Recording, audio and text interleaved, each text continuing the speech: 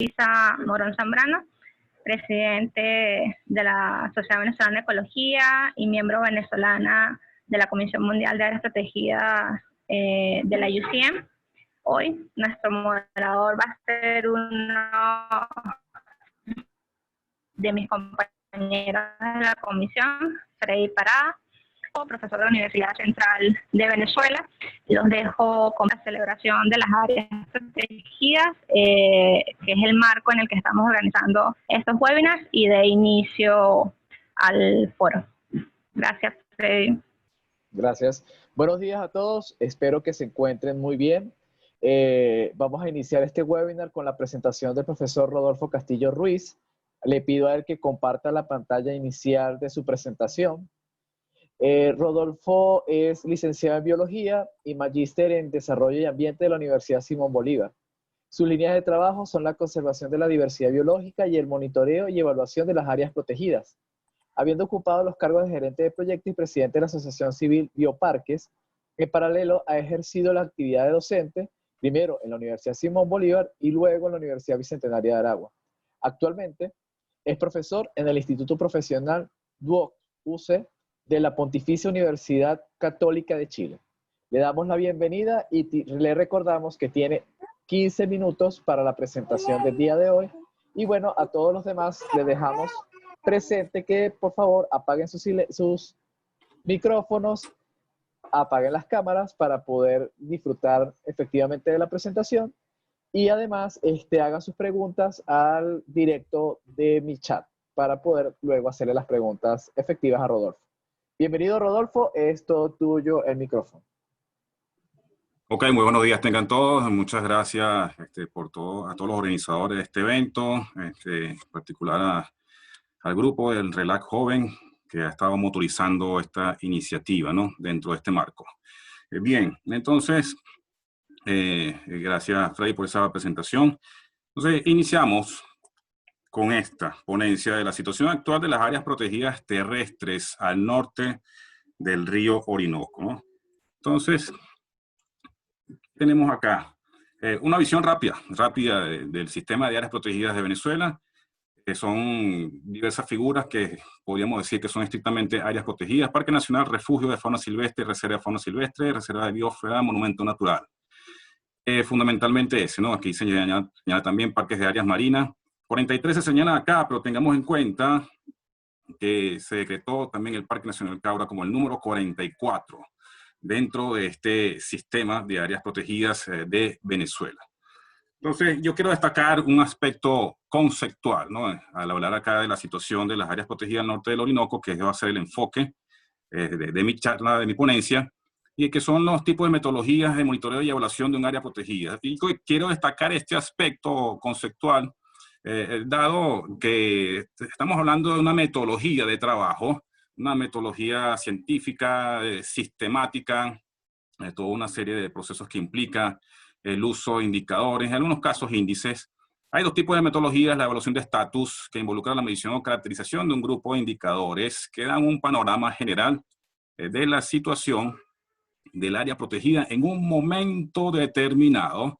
Okay, hay que tener en cuenta en eso. La evaluación de estatus es como tomar una fotografía de esa área y hacer una descripción de la situación en ese momento.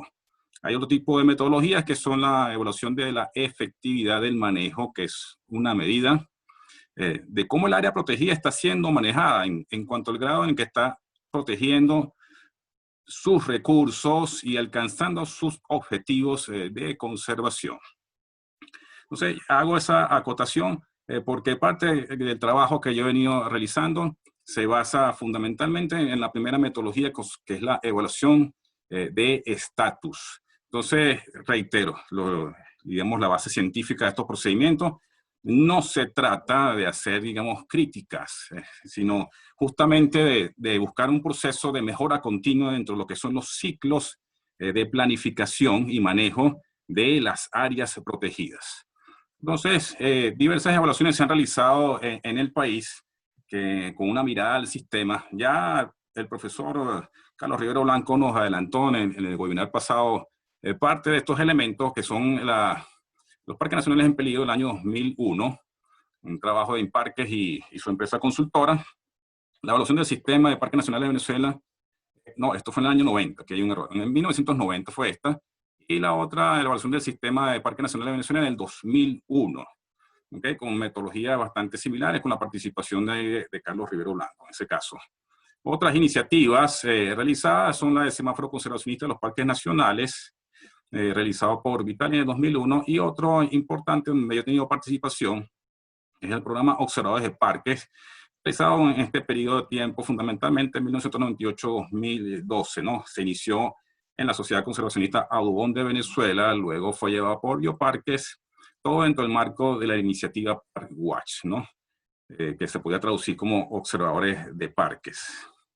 Entonces, ¿qué hemos visto, no? ¿Qué hemos visto acá en este tiempo, no? Las amenazas históricas detectadas a través de la metodología de observadores de parques, y me voy a enfocar fundamentalmente en donde hemos recopilado datos y veremos también una mirada, por supuesto, a la actualidad de esa situación para el sistema en general. Entonces, de 33 parques que tenemos entonces al norte del río Orinoco, se han recopilado datos de 16 parques, que son estos que están acá mencionados. Parques terrestres, ¿no? Que es el enfoque acá de la ponencia, parques terrestres. Y en cuanto a monumentos naturales, 17 están al norte del Orinoco, de los cuales entonces 4 han sido evaluados dentro de esta metodología. De manera que los hallazgos no se trata de algo al azar. Se trata de una metodología aplicada de caracterización y uso de indicadores. Entonces, ¿cuáles son esas amenazas históricas detectadas a través de la metodología de observadores de parques, de esa iniciativa de ParkWatch? Estas que vemos acá en este gráfico, entonces las vemos acá descritas, mencionadas abajo, y acá la frecuencia, es decir, el número de áreas protegidas, en este caso parques nacionales y monumentos naturales en los cuales han sido hallados. Entonces vemos que la cacería furtiva, de acuerdo a estos estudios, han sido en este periodo la amenaza más recurrente en los parques nacionales y monumentos naturales. Le sigue lo que es la incidencia de los incendios forestales, sobre todo en la época de sequía fundamentalmente que suceden, o incendios de vegetación, como sería quizás el término más correcto de utilizar, incendios de vegetación, porque muchas veces es sabana lo que se está quemando acá. Luego tenemos invasiones humanas. Esto se refiere al crecimiento de poblaciones que están dentro de los parques nacionales o en las adyacencias de los parques nacionales. Tenemos a las otras amenazas, son la agricultura y la ganadería, igualmente dentro o fuera de los parques nacionales y monumentos naturales. Y también tenemos entonces lo que es la extracción de madera y productos no maderables.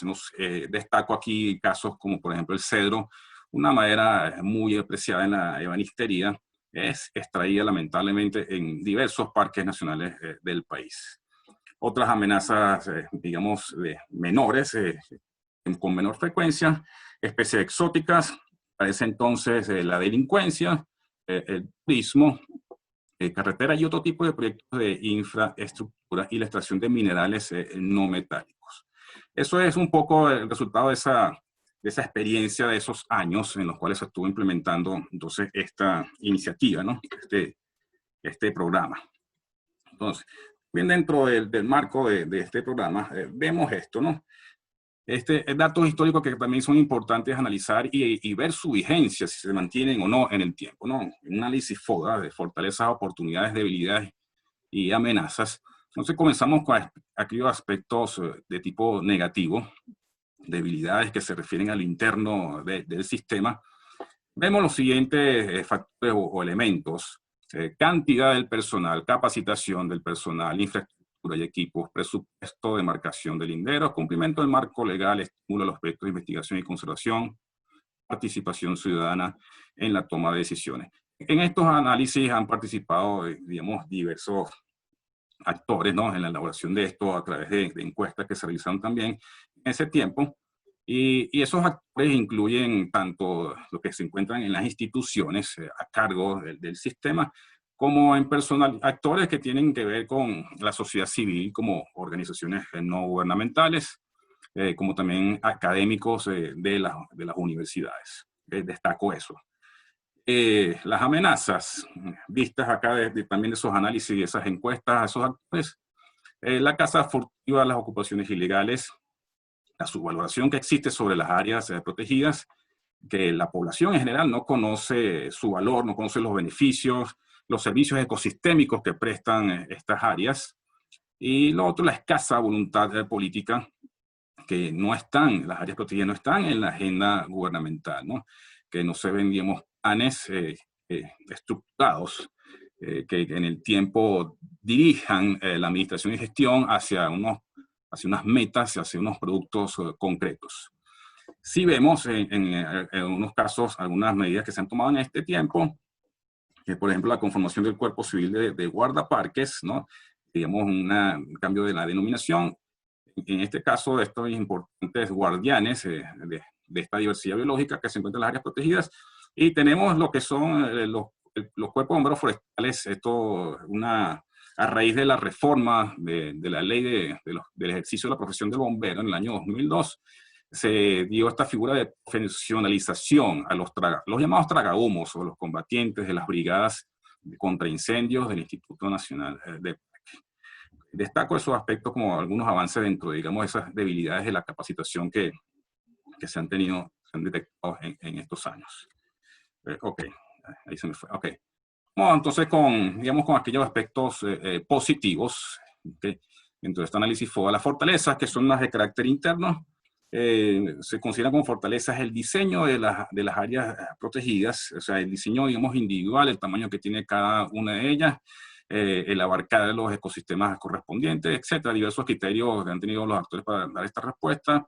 Superficie total del sistema que supera lo que en aquel momento era el 10%, que eran las recomendaciones de la UICN en aquel momento, en la década de los 90. Entonces, ya hoy en día, dentro del Convenio de Diversidad Biológica, las metas de Aichi, se habla de 17%, estamos dentro de eso. Los PORU, que son los planes de ordenamiento y reglamento de usos existentes, que si bien deben revisarse cada 5 años, existen para buena parte de los importantes parques del país. Representatividad de los ecosistemas del país, ampliamente representados los ecosistemas. Vocación del personal de guardaparques, es algo que yo también destaco mucho en las investigaciones en campo. Amplio marco legal y regulatorio, así como bases legales para futuros planes de conservación, planes que pueden ser de carácter sistémico, con una mirada al sistema, que es lo que también parte de lo que hace falta. Oportunidades, aquellos factores de carácter externos al sistema o a las instituciones que manejan las áreas protegidas. Tenemos una sociedad civil dispuesta a participar activa y protagónicamente dentro de lo que es la gestión, la administración, el manejo, la conservación en general, la protección de la diversidad biológica de estas áreas. La protección de los recursos biológicos, un objetivo el cual permitiría captar muchos fondos, y de hecho ha captado fondos en varios momentos de la historia del sistema, incluyendo fondos del Banco Mundial. Lo que es la investigación, el turismo, la educación, por los actores que involucran en cada una de estas actividades. Esto se realiza ordinariamente en las áreas protegidas y podemos tener todavía una mayor participación de estos actores en la protección. Y también, ¿por qué no?, en el manejo, su participación en el manejo y en la toma de decisiones de las áreas protegidas, ¿no? Hacia allá debemos avanzar. Las amenazas, ayer y hoy. Entonces, si bien estamos viendo datos históricos recopilados en el periodo mencionado, ¿cómo estamos hoy en día frente a esos escenarios del pasado? Los incendios forestales siguen ocurriendo en el país. Hemos profesionalizado ciertamente, digamos, el recurso humano, el capital humano encargado de su combate. ¿Cómo estamos en cuanto a dotación de equipos? Cuando vemos que un incendio dura 72 horas, algo está pasando allí. ¿Qué medidas hace falta tomar? ¿Qué equipamiento requiere adicional para esta labor? Esto sucedió este año, son noticias que vemos de este año. Hay países que dedican presupuesto para la adquisición de helicópteros dedicados exclusivamente para el combate de incendios de vegetación. Justamente Chile es un ejemplo de eso. 2 helicópteros fueron adquiridos el año pasado para esta labor, ¿no? Un ejemplo de medidas que se pueden tomar. Y estas amenazas, invasiones de agricultura y ganadería, y lo que es la delincuencia, el tiempo más bien se observa una tendencia, de acuerdo al examen de un dossier histórico de qué es lo que sucede, las noticias alrededor de las áreas protegidas. Vemos cómo comunidades se han establecido en las faldas, en los linderos, dentro ya del área, como en este caso Monumento Natural Loma del León en Barquisimeto.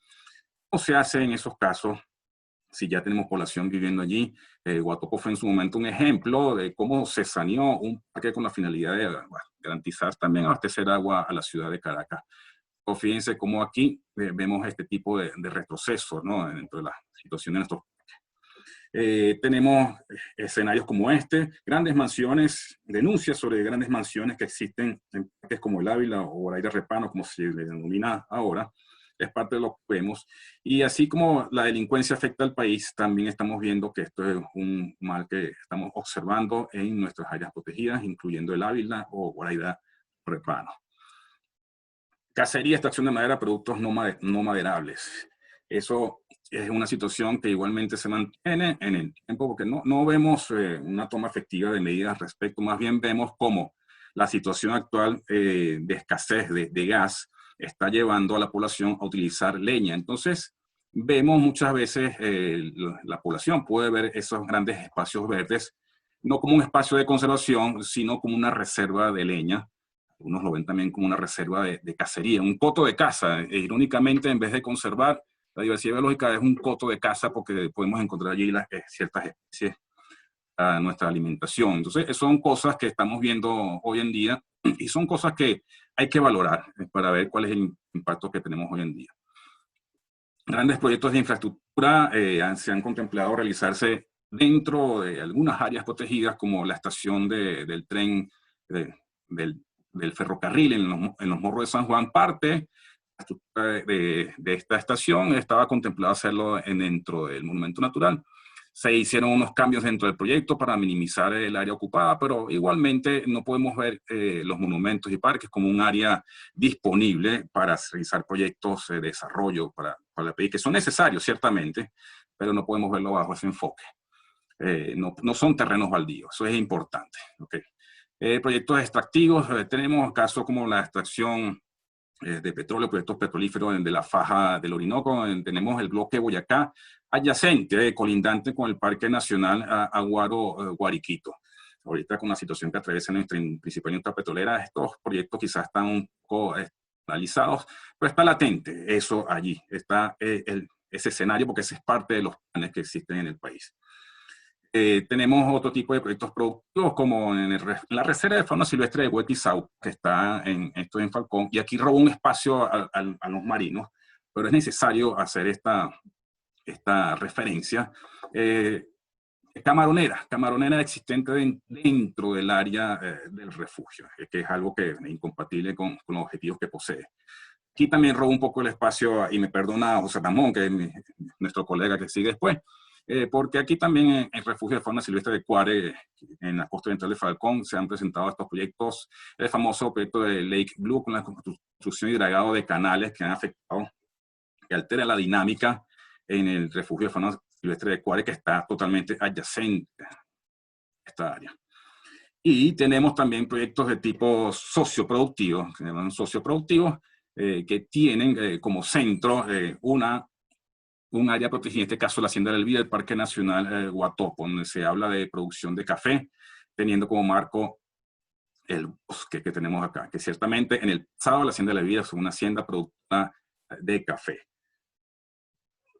Entonces, nuevos retos dentro de estas amenazas, tenemos el COVID-19 y las áreas protegidas, porque hay efectos adversos que tenemos entonces sobre la administración y el manejo de estos parques nacionales. Entonces, están mencionados aquí. Entonces, son cosas. Biodiversidad, me enfoco en esto, caza furtiva, extracción ilegal forestal, aumento de presiones de uso de recursos. Ya con la situación del país estamos viendo esto último, y el COVID lo que hace es agravar un poco más esto. Entonces, bueno, hay varias estrategias o principios que tomar en cuenta para, digamos, asumir este nuevo reto, porque esto es parte de una crisis ambiental mayor que vive el planeta. Entonces, igual no debemos perder el foco de pensar en un planeta saludable y sostenible, ¿no?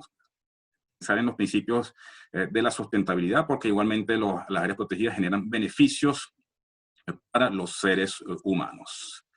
Ok, a manera de conclusión, vemos que no quiere avanzar ahora la diapositiva. Bueno, no quiere avanzar.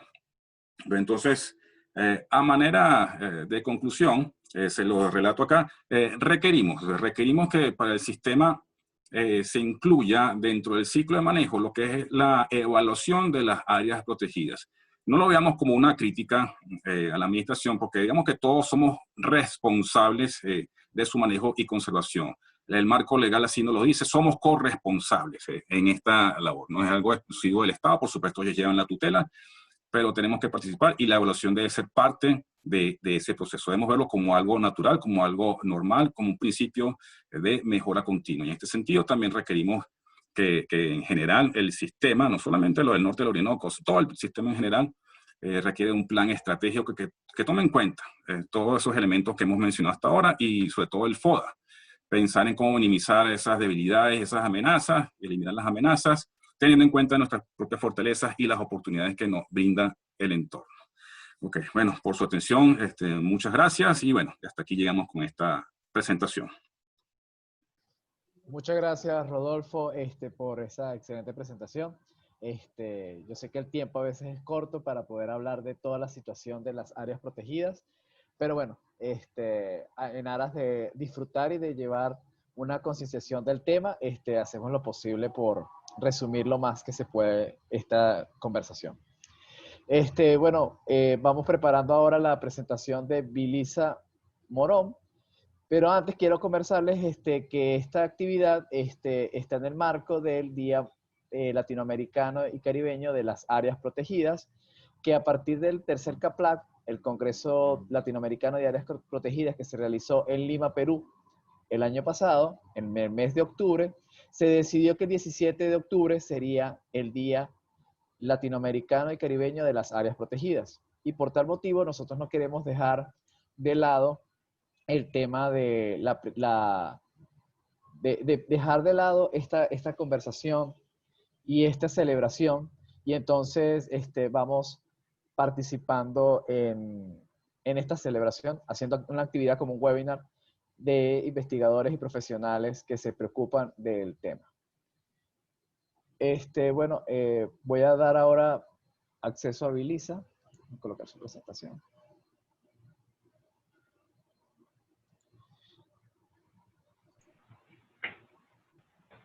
Bueno, mientras la presentación sale, aprovecho para completar lo que mencionó Freddy, el Día Internacional de las Áreas Protegidas. Los que estamos organizando somos miembros de la Comisión Mundial de Áreas Protegidas de la UCN.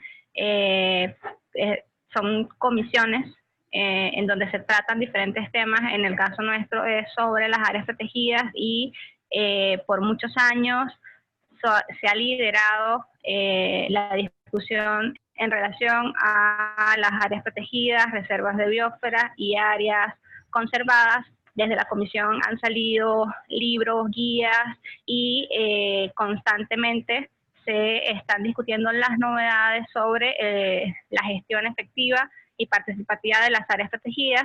En Venezuela somos alrededor de 30 miembros y a nivel mundial son cientos de miembros que estamos conectados a través de esta red, de esta comisión, que es una comisión voluntaria.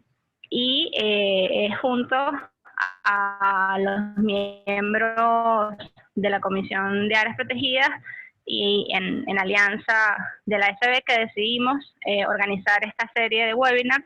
El primero lo tuvimos el viernes pasado, donde hablamos de los inicios de las áreas protegidas en Venezuela, hablamos de quiénes fueron sus personajes, los personajes que dieron lugar a las áreas protegidas como las conocemos hoy en día, cuál fue la visión de la planificación y algunos casos de gestión.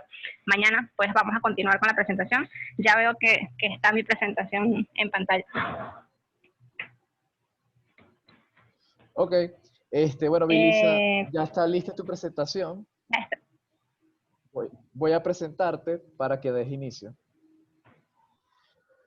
Bueno, Vilisa Morón Zambrano, que nos acompaña, ella es Magister Sciensiorum, ella es investigadora en el área de conservación y ecología del paisaje, enfocada en las áreas naturales protegidas y la gestión ambiental.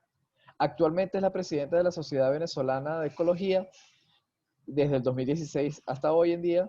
Es punto focal para Sudamérica de los jóvenes profesionales del CEMAP-UISN y fundadora del movimiento ambiental Todos por el Futuro y coordinadora de la iniciativa Una Mirada al Soberbio Sur del Orinoco.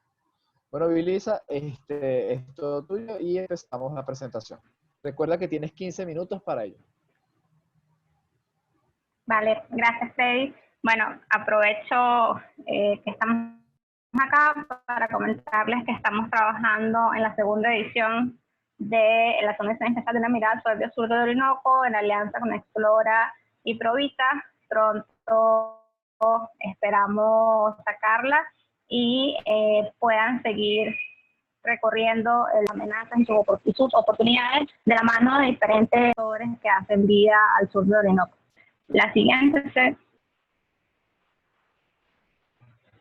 Bueno, sé que hay como un retraso, voy a ir hablando y lo van a ir viendo en pantalla cuando aparezca. Lo primero que quería mostrarles era esta evaluación que se hizo a nivel mundial con imágenes satelitales desde los años 2000 al 2013, en donde se estimó cuáles eran los paisajes de bosques intactos a nivel mundial y pudieron estimar cuál ha sido el cambio, cuál ha sido la reducción de estos paisajes boscosos intactos en este periodo del 2000 al 2013, que van a ser los puntitos que ven en rojo en el mapa, y ven cómo el sur de Venezuela aparece bastante verde, ¿no? En apariencia con un paisaje boscoso bastante amplio y conectado. Y bueno, ¿a qué debemos esta conectividad que aún tenemos al sur del Orinoco? La siguiente lámina, Freddy, porfa. Al sur del Orinoco tenemos decretados 27 monumentos naturales, 8 parques nacionales, un refugio de fauna silvestre y una reserva de fauna silvestre. Entre los parques nacionales emblemáticos tenemos al Parque Nacional Canaima, al sureste del estado Bolívar. Tenemos en Amazonas al Parima Tapirapecó y al Parque Nacional Serranía La Neblina, que junto al Parque Dula Neblina en Brasil fue una de las primeras áreas transfronterizas que garantizaba y se pensó en función de conectar los paisajes, de conectar en este caso un sistema tan importante como es el sistema amazónico y los tepuyes. Otra de las áreas protegidas interesantes que tenemos acá entre Bolívar y Amazonas, entre estos estados compartidos, está el Monumento Natural Sierra Maigualida y el Monumento Natural Cerro Yutaje Corocoro.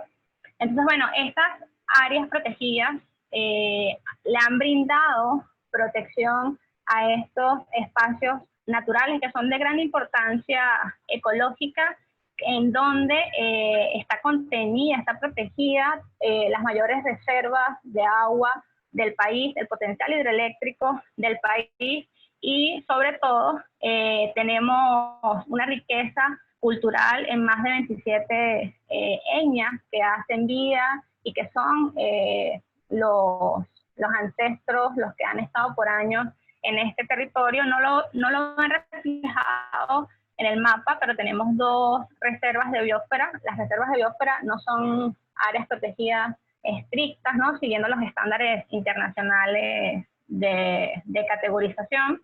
Las reservas de biosfera pueden tener áreas protegidas dentro, como es el caso de la reserva de biosfera Alto Orinoco Caciquiare, que está en la patita de Amazonas, y dentro de ella tenemos al Parima Tapirapecó, a la Neblina, y la siguiente slide. Yo lo que voy a hacer, las amenazas históricas y actuales de las áreas protegidas al sur del Orinoco.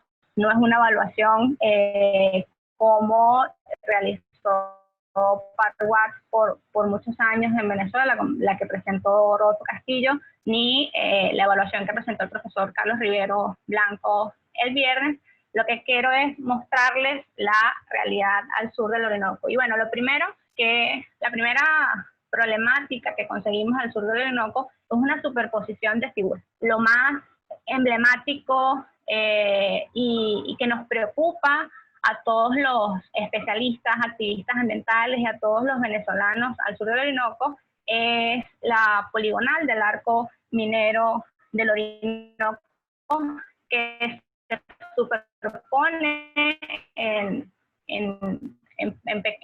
algunos fragmentos con áreas como el Parque Nacional El Caura y preocupa su gran extensión en un área que tiene tanta relevancia ecológica y relevancia cultural, como ya mencionamos, y que desde el 2006 que fue decretado, promovido es la minería y ha sido la representación máxima de una política nacional extractivista, en donde vemos a nivel nacional cómo se está promoviendo la extracción de oro en los Andes, la extracción de también no metálicos como arenas, donde se da a las gobernaciones espacios al sur del Orinoco para que extraigan oro y se financien así, entre comillas, los estados.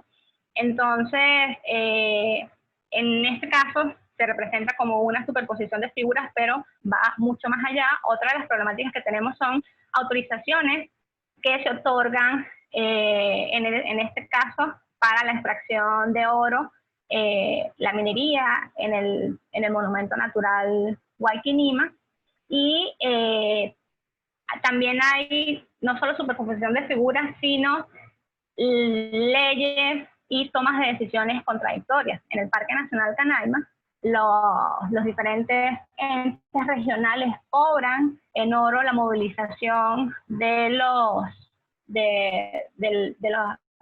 personas, de los ciudadanos, de la comunidad Pemón dentro del Parque Nacional Canaima. ¿Y cómo cobras en oro? Básicamente estás diciendo, bueno, para que me puedas pagar en oro tienes que hacer minería dentro del Parque Nacional Canaima. La siguiente, una amenaza histórica que tal vez no tiene una huella tan evidente como la minería, pero que a lo largo del tiempo en ciertas zonas del sur del Orinoco ha representado una amenaza, es la tal y quema con fines agropecuarios. El problema, como a nivel nacional tenemos con las áreas protegidas y con el seguimiento de nuestros recursos, es que no está el seguimiento y la cuantificación de los impactos.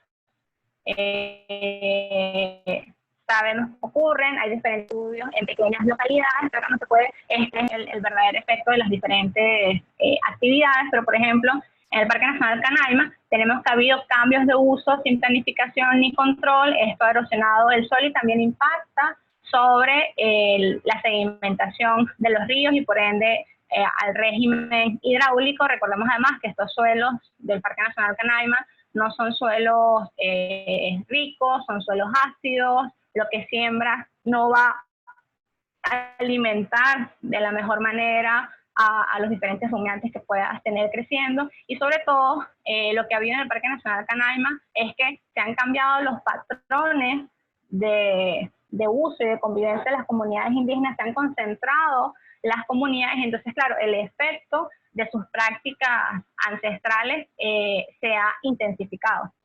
Además, en algunos de los pocos indicadores que se tiene información es con respecto a los incendios de vegetación, que en los anuarios forestales se han estimado, ¿no? Se tiene alguna información de lo que ocurre en los diferentes parques, y uno de ellos es el Parque Nacional Canaima, donde para el 2014 se cuantificó que se incendiaron unas 2.267 hectáreas y 1.100 para el 2006, la siguiente. Otra de las actividades que van contra los objetivos de conservación de la área protegida es la cacería furtiva y la extracción ilegal de flora y fauna, que ha sido con Lina, Yapacana y en el momento de la serranía de Maigualía. Hay un caso muy emblemático que es el del Delta del Orinoco, mejor conocido como Mariusa, donde ocurre pesca indiscriminada y cacería. Se vienen desde Trinidad y Tobago a realizar la pesca, a llevarse, a extraer fauna de nuestro parque nacional y a venderlo en el mercado ilegal.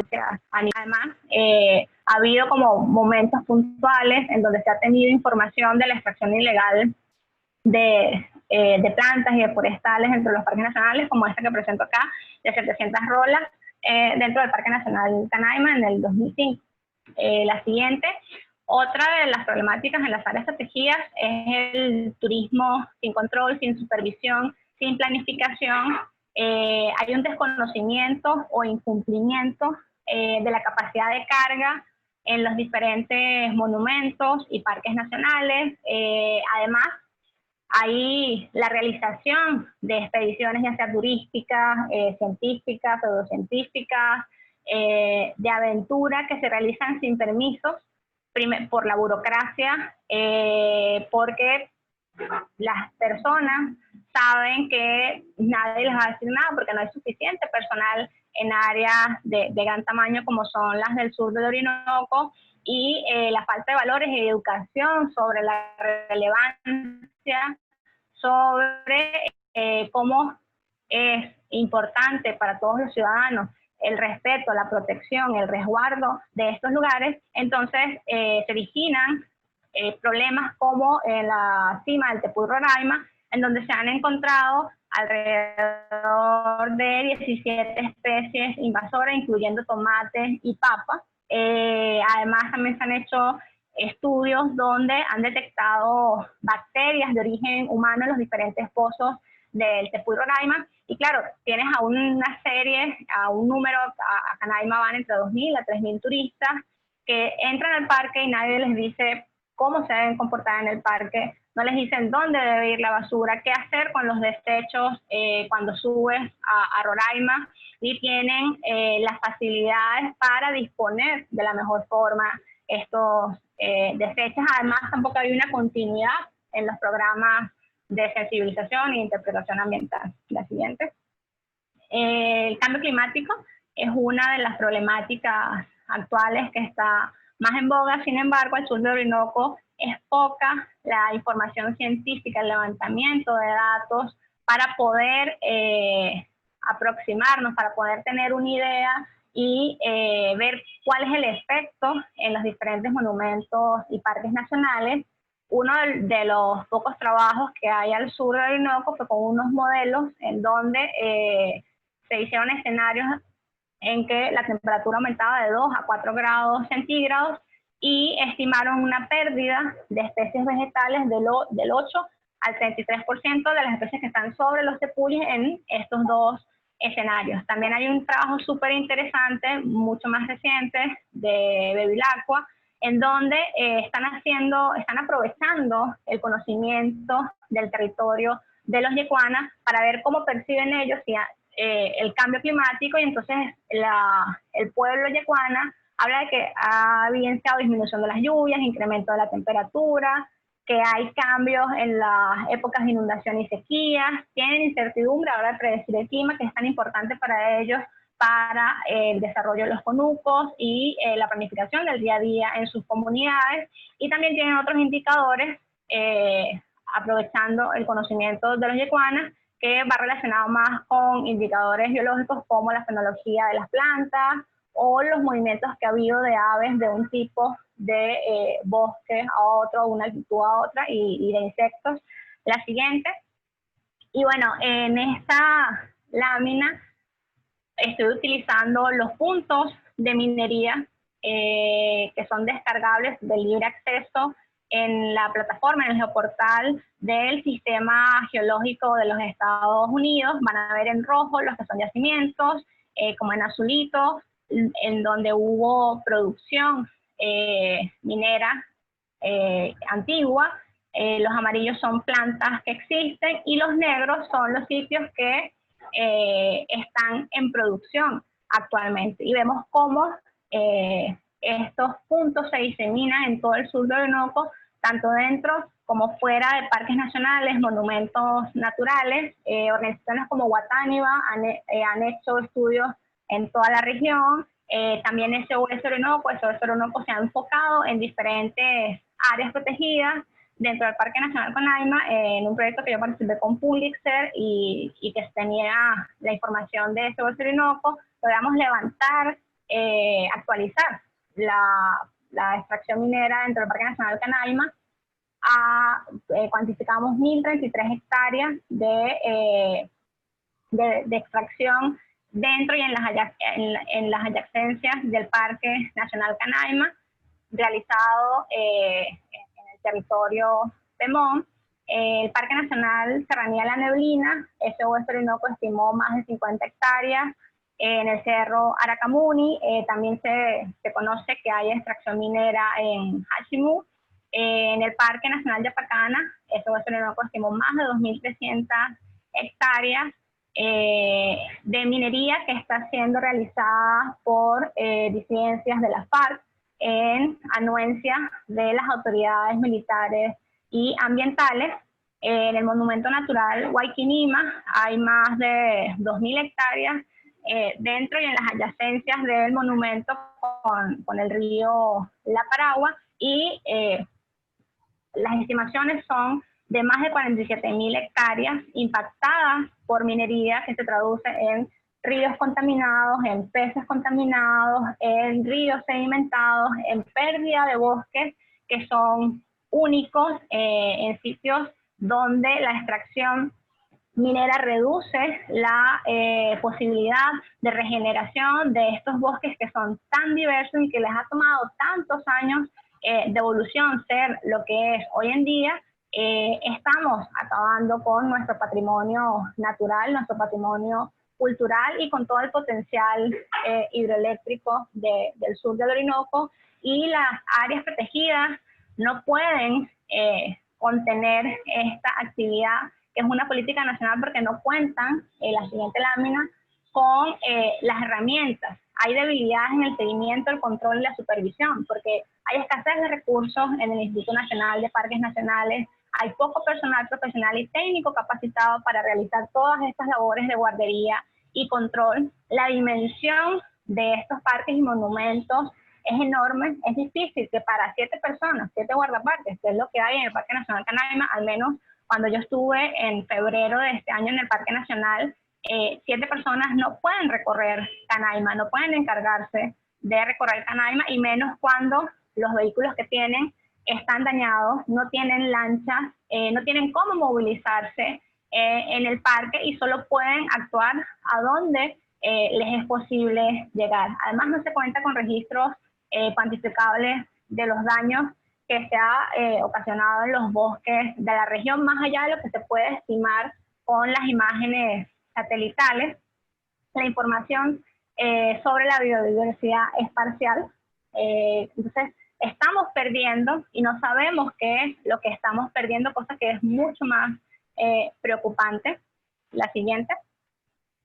Y otra de las agravantes ante esta situación, ante las diferentes amenazas que tienen los parques, ante los problemas estructurales para una gestión efectiva y participativa, es que no hay una coordinación entre las instituciones. Los diferentes ministerios están poco articulados para que desarrollen actividades cónsonas, desarrollen actividades integrales que vayan con la lógica, la planificación y el ordenamiento, y donde faciliten la realización de actividades para el disfrute de estos espacios, para el aprovechamiento sostenible de estos espacios, y sobre todo para el conocimiento y la educación sobre estos espacios. Vemos cómo en el Ministerio del Turismo se promueve actividades sin consultar, sin tener la luz verde o el apoyo de las autoridades ambientales.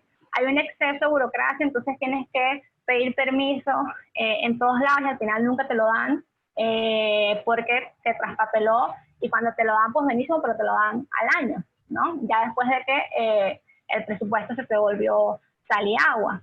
Además, no hay bases de datos compartidas, no hay proyectos, la continuidad de los proyectos es muy difícil por esta desarticulación, además de lo difícil que en los últimos 5 años ha sido realizar trabajos de campo al sur de Orinoco por los costos del combustible, por la violencia, por la inseguridad que propician los diferentes grupos delictivos que están a cargo de las minas, ya sean grupos guerrilleros colombianos, ya sean los garimpos brasileros o los mismos delincuentes venezolanos que están apoderados de esta zona.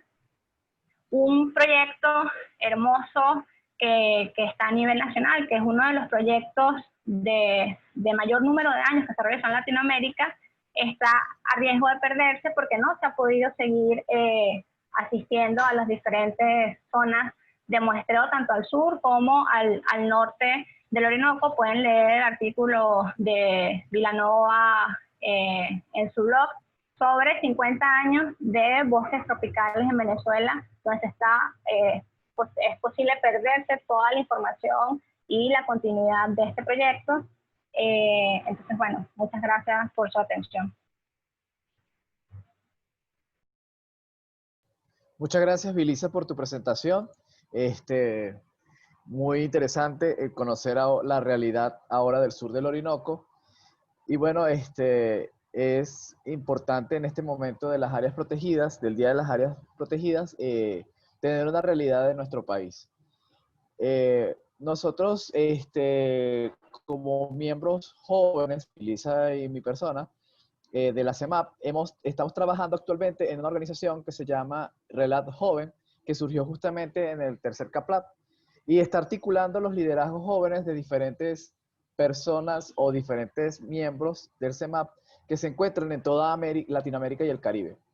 Y bueno, parte de estas iniciativas de articularnos y de conocernos y de ver qué estamos estudiando, forma parte de este webinar. Y queremos que ustedes como miembros o profesionales y científicos activos dentro de lo que es el estudio de las áreas protegidas, nos acompañen en este trabajo de informar, de seguir investigando y de seguir creando realidades de documentos y que queden en blanco y negro para poder seguir teniendo en cuenta lo que es lo que está ocurriendo en Venezuela o lo que podemos hacer para mejorar o cuáles son aquellos espacios que tienen algunas acciones que pueden transformar y se pueden proteger y conservar.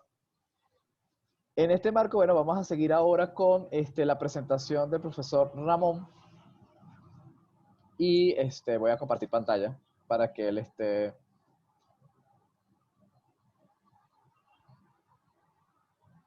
en la presentación.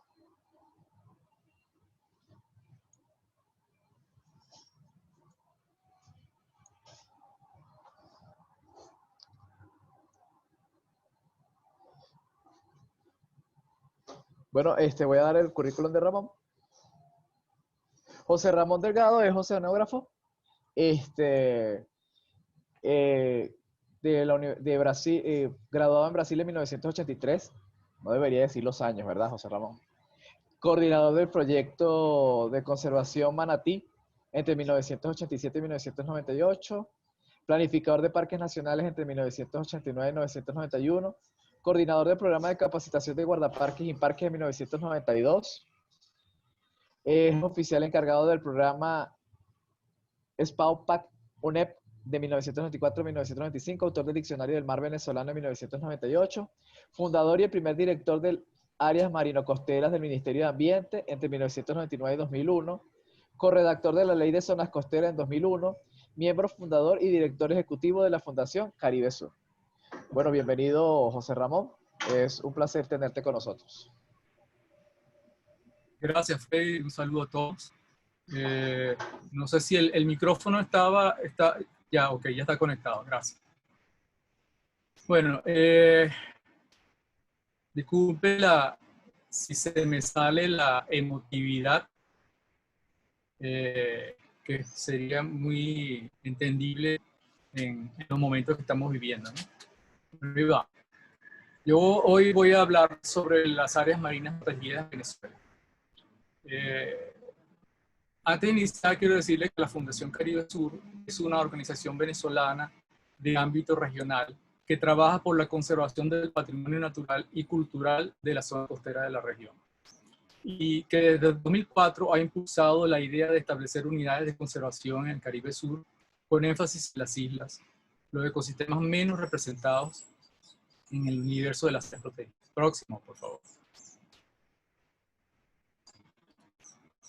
Las áreas marinas protegidas son áreas marinas y espacios terrestres o insulares que albergan ecosistemas que deben protegerse de la alteración provocada por la explotación o la ocupación humana, con el fin de conservar la biodiversidad.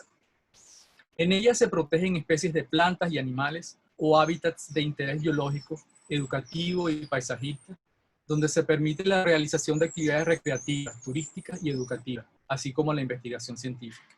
Próximo, por favor.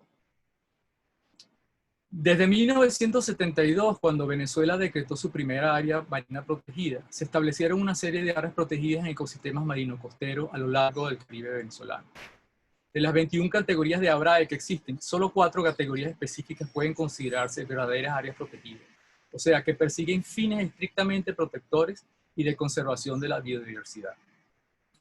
En la zona marino-costera de Venezuela existen hasta el momento 92 ABRAE agrupadas en 19 de esas categorías.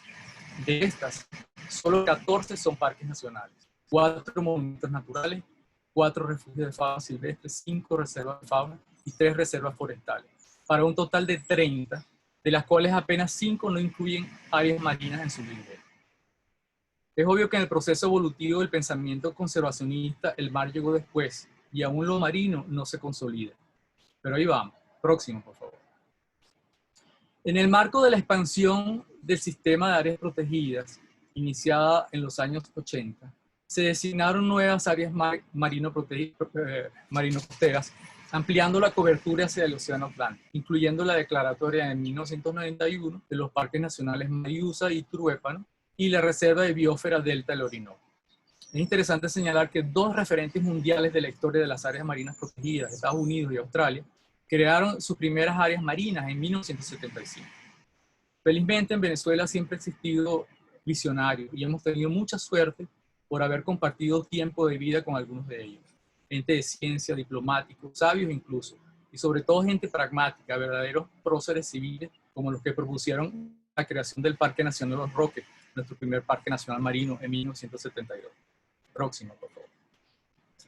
Los diagnósticos de las áreas marinas protegidas en Venezuela están vinculados al desarrollo de las ciencias naturales, especialmente la biología marina, la biología pesquera y la oceanografía. Por eso es importante conocer lo que se ha hecho.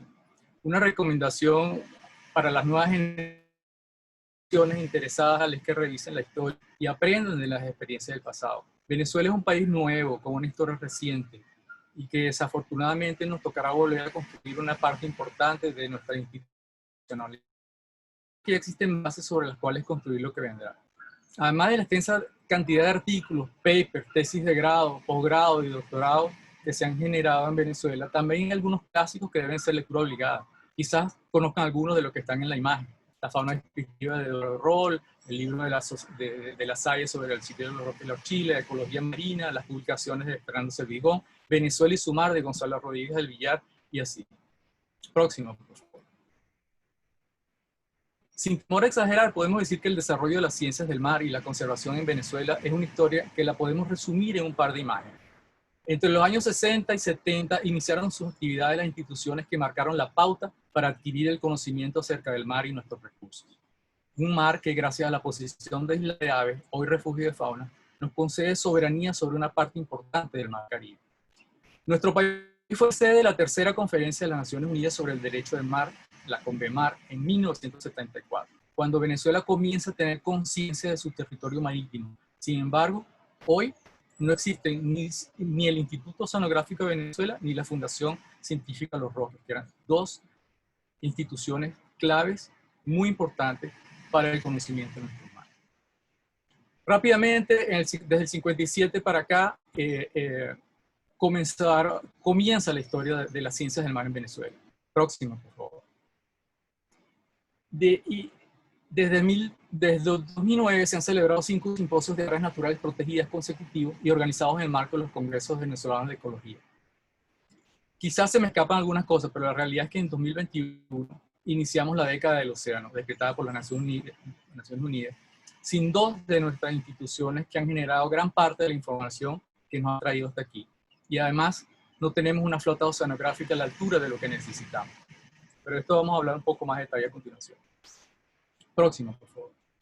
La conectividad ecológica es un proceso que consiste en el movimiento de poblaciones, individuos, flujos genéticos, de materia y energía entre poblaciones, comunidades y ecosistemas. Por ejemplo, un pez que vive como juvenil en manglares, que luego migra a lechos de pastos marinos y luego a los arrecifes de coral cercanos. Ya adulto proporciona conectividad marina entre estos distintos algas. Recuerden que en el Caribe Sur las corrientes van de este a oeste. Próximo, por favor. Gran parte de nuestra comprensión de la conectividad en áreas marinas se deriva del estudio de áreas terrestres, donde los procesos que crean la conectividad ecológica pueden ser fundamentalmente diferentes a los del océano. Pero en muchos casos ya se tienen los conocimientos suficientes para incorporarlo en el diseño y la gestión de las áreas protegidas. En 2014, Caribe Sur introdujo ante el Ministerio del Ambiente la propuesta para el Corredor Ecológico Marino Islas del Caribe Sur, que abarca la ecorregión insular, compuesta por la cadena de islas que va desde Curazao a La Orchila, y que constituyen una unidad fisiográfica con procesos oceanográficos interdependientes y con una clara identidad biológica. La propuesta del Corredor Ecológico Marino va a generar un gran espacio de conservación dentro de un esquema de conectividad ecológica bajo la figura de reserva de biosfera e incluye la declaratoria del Parque Nacional Archipiélago Las Aves y el refugio de fauna silvestre La Orchila. Próximo, por favor. La propuesta incluye algunas pautas y lineamientos para su reestructuración y manejo. El corredor, como entidad de gestión, implicaría un acuerdo bilateral entre 2 estados, bajo una visión de ordenamiento y manejo transfronterizo mutuamente convenido, constituyendo un laboratorio inédito para la conservación ambiental en el Caribe.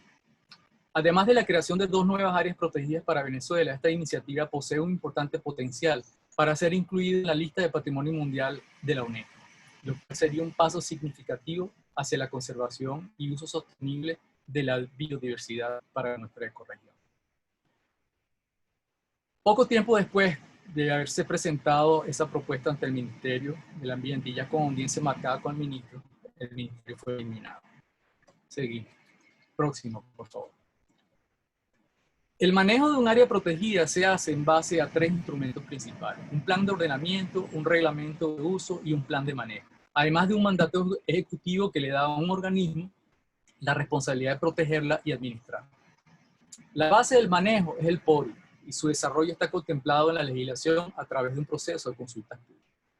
Y este detalle es interesante porque aun cuando existe un organismo encargado de la administración y manejo, el hecho de que los ciudadanos participemos en el proceso del PORI nos hace copartícipes en la conservación de un área protegida. Y esto es algo que tenemos que aprender a desarrollar, la participación ciudadana para la conservación del patrimonio natural. No es solo ejercer nuestro derecho a disfrutar de un paisaje protegido, sino también se trata de aprender a ejercer nuestro deber. No joder el parque y hacérselo saber al que lo esté haciendo, sobre todo si es el mismo bateador designado para protegerlo el que no está cumpliendo su deber. Próximo, por favor. Pero ¿qué pasa en el resto del mar y la zona costera? Los venezolanos no podemos vivir sin el mar, es parte integral de nuestra vida. El mar nos da alimento, transporte, diversión, esparcimiento. Los venezolanos amamos ese mar que nos conecta con la realidad caribeña. Y estoy seguro que todos en su casa están extrañando mucho ese mar, todos trancados como estamos. Sin embargo, todavía no conocemos el océano Atlántico, sobre el que también tenemos que ejercer soberanía, pero ese es otro cuento. No se puede decir que vivimos de espaldas al mar cuando hay tantos venezolanos cuyas vidas dependen de esta parte de nuestro territorio. Las principales limitaciones para un aprovechamiento y uso sustentable del mar son el régimen administrativo, las leyes, la autoridad, la investigación científica, el desarrollo tecnológico, la navegación. Recuerden que no tenemos una flota oceanográfica y Venezuela todavía no ha desarrollado una navegación costera y todas estas son áreas pendientes que tenemos que desarrollar. Próximo, por favor. Las áreas marinas próximas a la costa, lo que conocemos como litoral, constituye el espacio más apetecible del mar, tanto para el comercio como para la recreación. La mayoría de los países poseen programas de conservación que se ocupan de los recursos terrestres o bien de los recursos hídricos, pero muy pocos los manejan de manera unificada, mediante un programa de lo que se ha denominado manejo integrado de zona costera. Los programas de manejo integrado de zona costera requieren que el sector público y privado, en conjunto con la sociedad civil, unan esfuerzos en torno de una agenda sustentable, donde la conservación debe ser un resultado colectivo. En Venezuela se inició un proyecto de manejo integrado en el extinto Ministerio del Ambiente en el 99. Este proyecto, que me tocó dirigir en su inicio, además de permitirnos recorrer gran parte de la costa para evaluar in situ de la realidad, tuvo dos resultados muy importantes. Primero, un diagnóstico de las competencias administrativas de los diferentes organismos gubernamentales que pueden otorgar permisología en la zona costera, y se identificaron hasta 20 organismos. Y dos, la coordinación del incremento jurídico base para establecer un programa de manejo integrado de zonas costeras, que es la Ley de Zonas Costeras vigente de 2001. Próxima, por favor. La Dirección de Áreas Marino-Costeras e Insulares, que inicialmente estaba adscrita a una unidad fundamentalmente operativa, como era la Vigilancia y Control Ambiental, fue transferida a Planificación y Ordenación Ambiental, una dirección que a partir de 2004 coordinó la elaboración de un plan de ordenamiento y gestión integrada de las zonas costeras que aún no ha sido aprobado. Este trabajo constituye un paso importante al recoger una gran cantidad de información que se encontraba dispersa. Ahora bien, mucho se habla de manejo integrado de zonas costeras en Venezuela, pero en la práctica eso todavía no existe, por la sencilla razón de que no existe un ente encargado de coordinar la aplicación de esa gestión, que se encuentra repartida en más de 20 organismos. Quizás lo más cercano a un manejo integrado de zonas costeras son las áreas protegidas, donde se protegen pequeñas porciones de la zona costera que cuentan con una base legal, programas de gestión y personal capacitado y entrenado para operarla, que son sus técnicos de guardaparques. El resto del país, su mar se encuentra al garete. Próximo, por favor. Resumiendo la situación actual en las áreas marinas, podemos afirmar que las principales amenazas continúan siendo pesca ilegal, agua servida, desechos sólidos, desarrollos urbanos y turísticos, falta de identidad de la ciudadanía y falta de educación. Y las limitaciones para el manejo siguen siendo carencia de personal, de infraestructura, de equipos, de capacitación, bajos sueldos, dotaciones, seguridad laboral y social, etc. Próxima, por favor. ¿Cuál es la situación actual de las áreas marinas protegidas? Creo que te fuiste una adelante, no importa. Creo que sí, te fuiste una adelante. ¿Cuál es la situación actual de las áreas? Un caso emblemático es lo sucedido en Cuare, donde la urbanizadora Lake Blue construyó un canal de navegación talando y dragando fuera de su parcela y dentro del refugio, violando la legislación. Correcto, esa es la pregunta. Gracias. No voy a entrar en detalle, pero todos y cada uno de los argumentos esgrimidos por los infractores, en este caso, que si mejoras el ecosistema, recuperación y saneamiento de áreas inundables, planteo de bromelias a la orilla del canal, etcétera, como si se tratase de un jardín de su propiedad, todos son distracciones. Ahí se violaron todas las leyes que protegen al refugio y la justicia tiene que imponer una sentencia ejemplar. Es importante que los venezolanos aprendamos que un área protegida es un bien que pertenece a todos y no una propiedad privada de algún particular, que puede ser intervenida a capricho de cualquiera que se le ocurra una idea. Próximo, por favor. Las áreas protegidas venezolanas son el resultado del esfuerzo de varias generaciones de hombres y mujeres, nacionales y extranjeros. Como prueba de este esfuerzo, es oportuno recordar el saneamiento del Parque Nacional Morrocoy, donde se habían talado 32 hectáreas de mangle.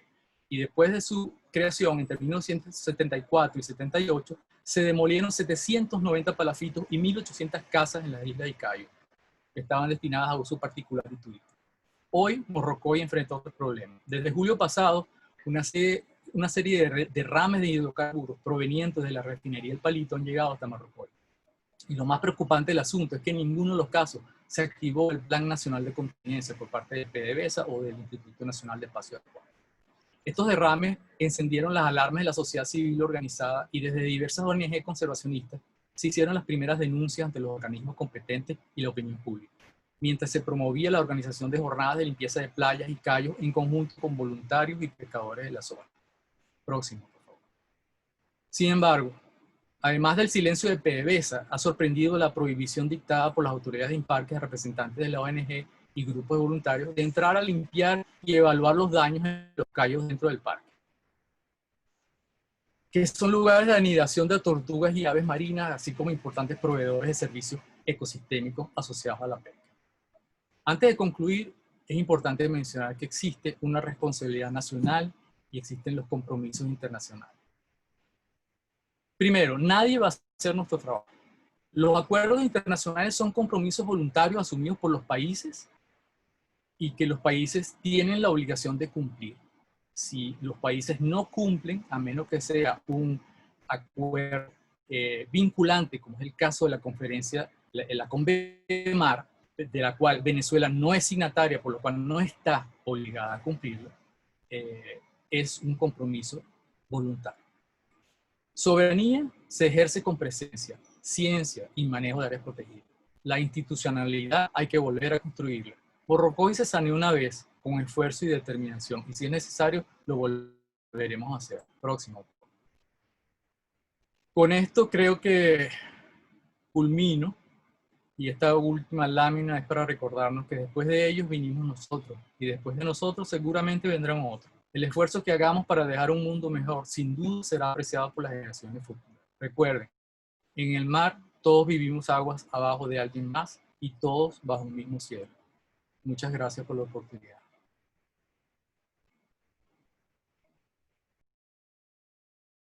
Muchas gracias por esa presentación, José Ramón. En serio, nos diste un buen recorrido al mar venezolano.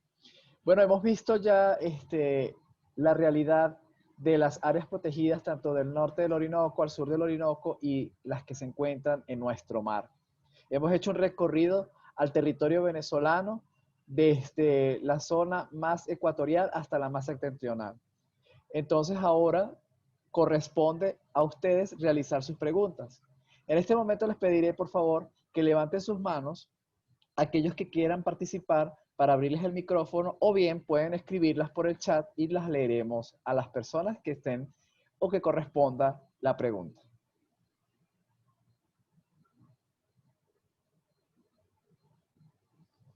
Bueno, tenemos aquí, me acaban de llegar al privado unas preguntas, las voy a realizar.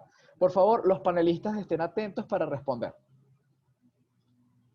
Del licenciado Miguel Antonio Flores, del Ministerio de Ambiente, de Ecosocialismo, pregunta para el doctor Castillo, Rodolfo Castillo. ¿Qué medidas están implementando o estarían formulando para minimizar las amenazas históricas en las áreas naturales protegidas en el marco de estos programas que se tienen? 2. ¿Qué papel ha jugado la Estrategia Nacional para la Conservación de la Diversidad Biológica entre el año 2000-2020 ante los impactos presentados en la matriz FODA, cuando dicha estrategia establece 7 de ellas que están en la línea 2? Aprovechamiento sustentable a la diversidad biológica, y la línea 3, áreas estratégicas para la conservación, donde se habla de garantizar la conservación del hábitat y los ecosistemas. Bueno, Rodolfo, el micrófono es tuyo.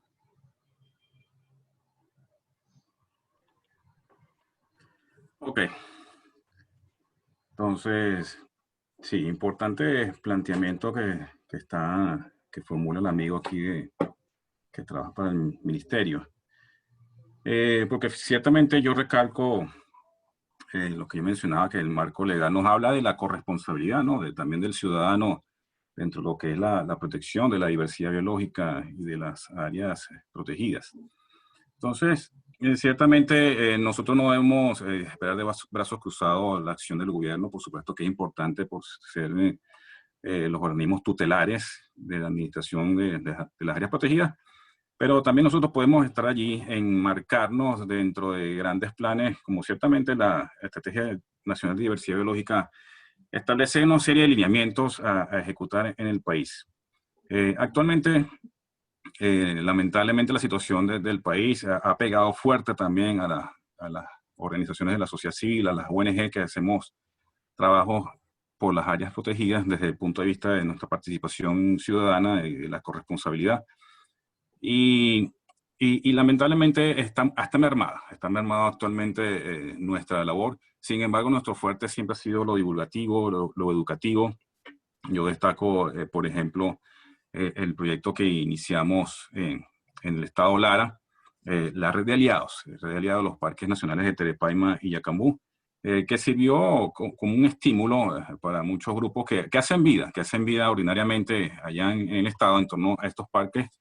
Y lo que se hizo fue un trabajo de sinergia que luego ellos continuaron de una manera, digamos, por su cuenta, pues sin tener ya nuestro constante acompañamiento. Y ciertamente se ha mantenido allí un trabajo de una red de aliados. No recuerdo, ya ellos han cambiado de nombre sucesivamente, pero son una red de aliados, tal cual. Una red de aliados agrupa a diversos actores de la sociedad civil que han seguido trabajando no solo con Telefónica y Yacambú, sino en general con toda esa zona. Y repito, son agrupaciones que ya existían allí, que ya hacían vida en esa zona. Ahora, hay algo importante que ciertamente nosotros somos muy buenos planificando. Esto lo recuerdo de una frase de un profesor mío en la universidad, de que nosotros somos muy buenos planificando, pero somos muy malos ejecutando. Entonces, eso no quiere decir que los planes no se cumplan en lo absoluto. O sea, hay un cumplimiento en mucha manera palpable de los planes, pero hay otros aspectos que no. Fallamos muchas veces en lo operativo. O sea, somos muy buenos en lo estratégico, pero en lo operativo suelen haber muchas fallas. Y muchas veces porque carecemos de una visión tanto sistémica. Entonces, quizás en algunos casos nos enfocamos en algunas iniciativas particulares que funcionan muy bien. Cuando nos vemos en los portales web, que también lo vemos evidenciar de las instituciones gubernamentales, vemos como ciertamente hay ciertas iniciativas que dan frutos, ¿no? Vemos los guardaparquitos, por ejemplo, ese tipo de iniciativas que funcionan bastante bien. Vemos cómo a veces hay noticias sobre actividades ilegales que se están deteniendo en los parques nacionales, pero que tenemos que tener algo medular dentro de todo eso. Y bien, la estrategia puede ser un principio, pero hay planes también específicos que tenemos que formular para todo el sistema. Todavía tenemos una deuda con la actualización, por ejemplo, los planes de ordenamiento y reglamento de uso, que según la ley y el reglamento tienen una vigencia de 5 años para los parques nacionales. Entonces, los que existen actualmente datan de los años 90, de esa década, y no se han actualizado. Entonces, eso es parte de esas cosas que tenemos que un poco revisar, ¿no? Esa parte incluso del ciclo de planificación. Vemos cómo ciertas amenazas se mantienen en el tiempo y no se trata de un ataque puntual a las amenazas a través de los organismos fiscalizadores de la Guardia Nacional, el Cuerpo Civil de Guardaparques. Hay que asumir una estrategia global y parte de eso es la educación. La educación, el crear conciencia en la población, eso es algo muy importante porque si bien hay cacería, tú puedes detener al cazador. Si bien hay una invasión, tú puedes detener la invasión. Pero la gente también tiene ciertas necesidades y ve las áreas protegidas como un área para satisfacer esas necesidades. Entonces necesitamos hacer un trabajo en la parte educativa como también en una parte relacionada con aspectos sociales de las necesidades de la población. Pero en el caso institucional, que tiene responsabilidad directa sobre las áreas, el aspecto educativo es algo muy importante que tenemos que manejar de una manera sistémica, pero también enfocada de acuerdo a las individualidades de cada una de las áreas protegidas. En general, eso es lo que yo puedo decir a este respecto. Muchas gracias, Rodolfo. Vilisa, te preguntan, Edgar Useche, ¿se ha determinado la capacidad de carga para el desarrollo del turismo en las áreas protegidas que tú mencionaste al sur del Orinoco?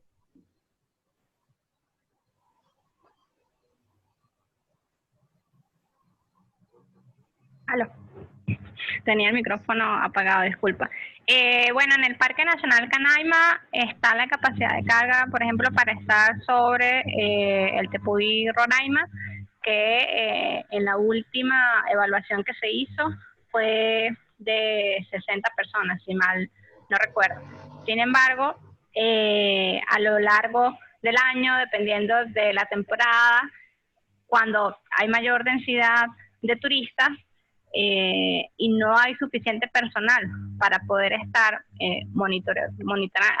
para poder hacer el seguimiento, la supervisión de cuánto se está subiendo, pueden subir más de estas 60 personas y es cuando ya están arriba que se dan cuenta que no hay espacio para todos y es donde se hace más evidente el problema que hay con los desechos. Para el resto de los parques, que lo mencionó Rodolfo, el déficit que hay de los planes de ordenación y reglamentos de uso es abismal.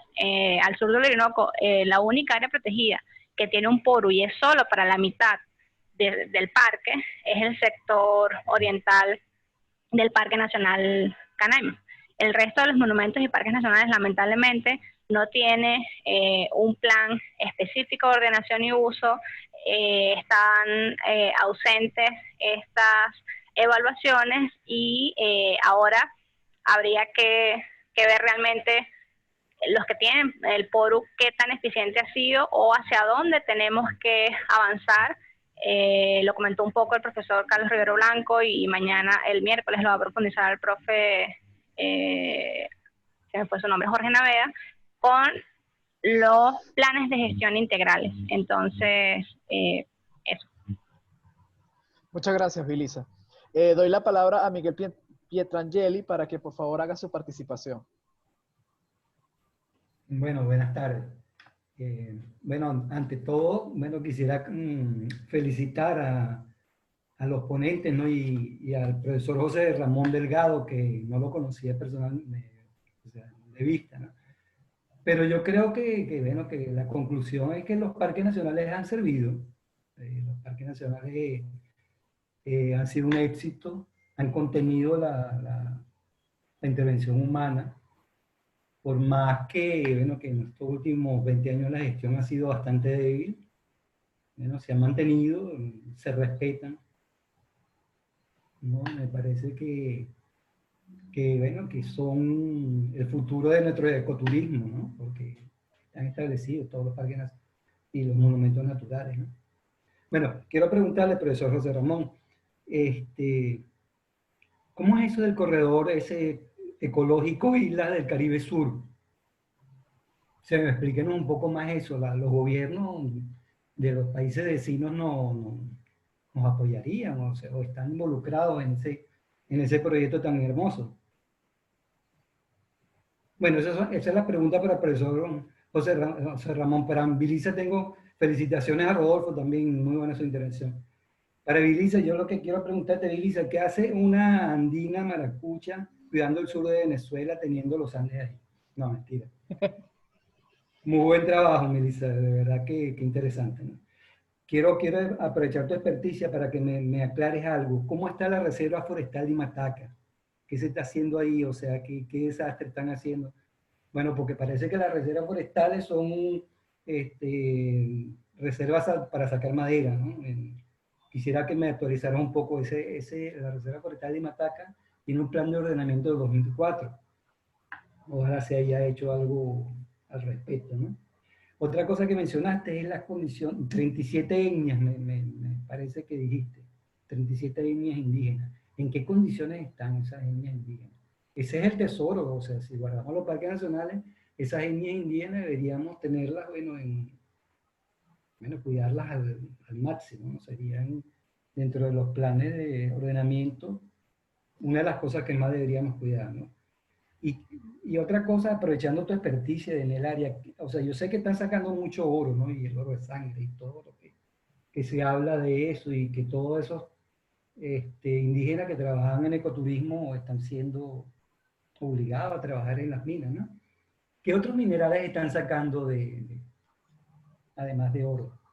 Y diamante creo que también. Bueno, gracias. Gracias, Miguel. Bueno, Vilisa y José Ramón tienen la palabra. Bueno, si quieres, contesto yo primero, ¿no? Vale, perfecto. Los parques nacionales sí, se han respetado. Yo creo que dentro de ese proceso de evolución de la instalación de nuestro sistema de áreas protegidas, pues desde un principio siempre se pensaron en esos pequeños espacios que era prioritario proteger, ¿no?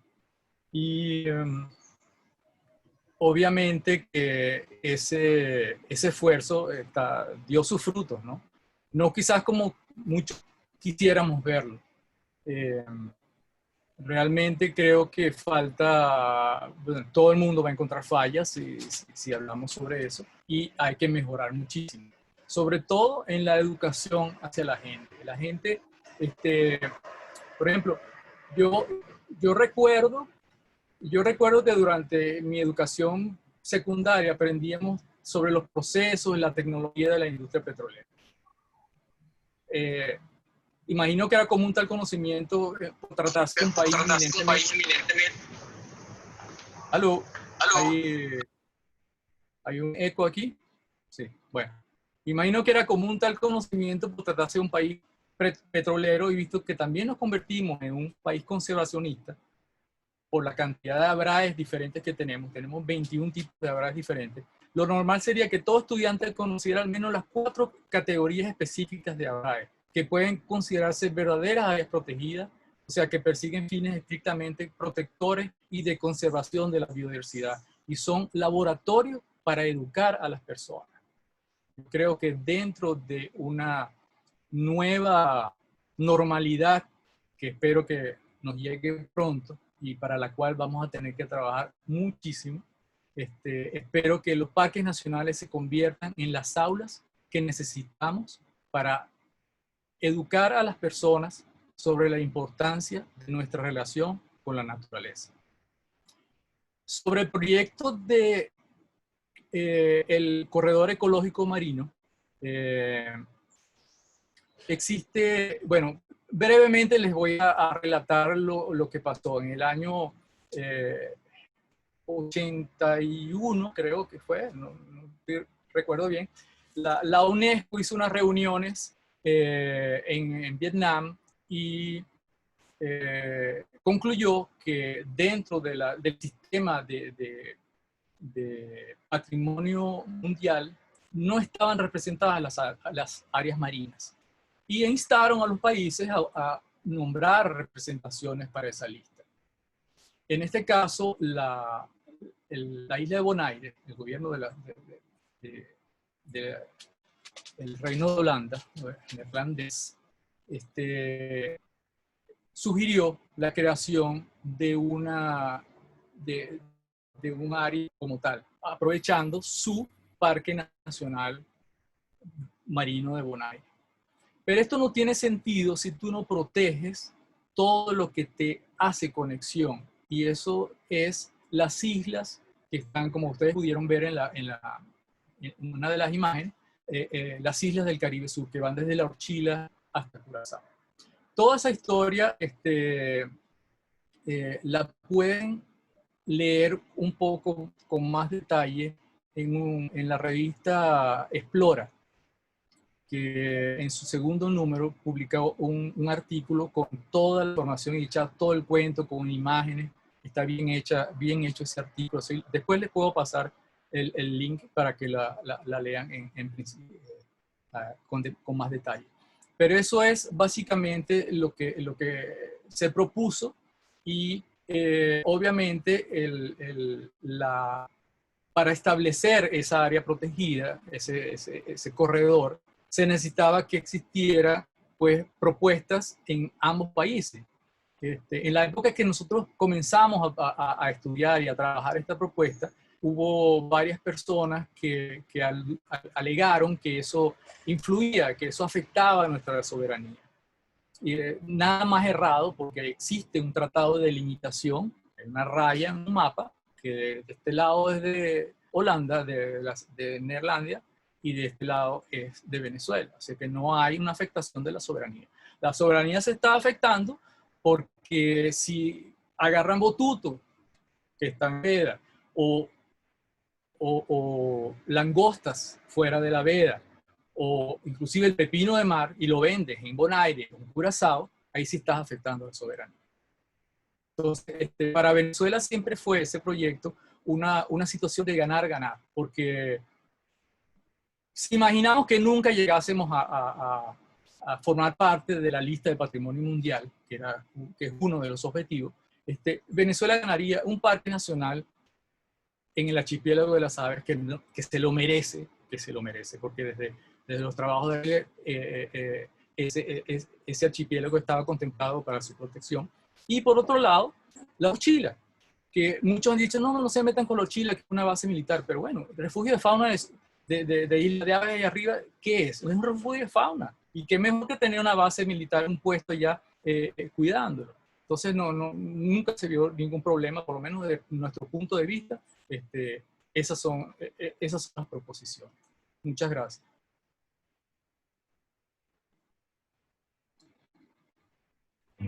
Bueno, Vilisa. voy yo.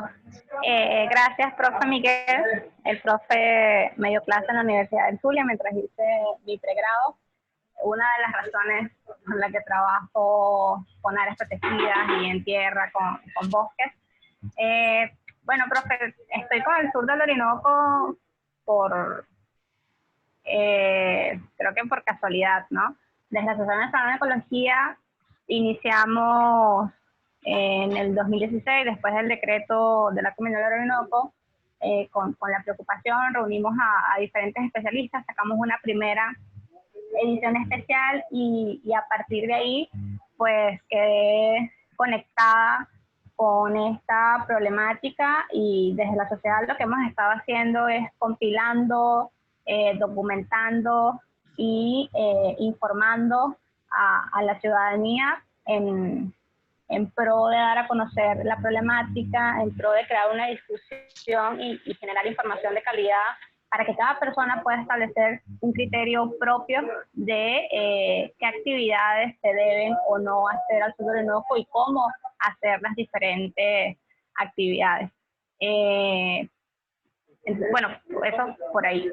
Lo que comenta Jay Mataca, pues bueno, el bloque 4, la zona 4 del Alto Minero del Orinoco, que es la más grande, ocupa todo el sur de la Reserva Forestal de Imataca, que son aproximadamente 40.000 kilómetros cuadrados.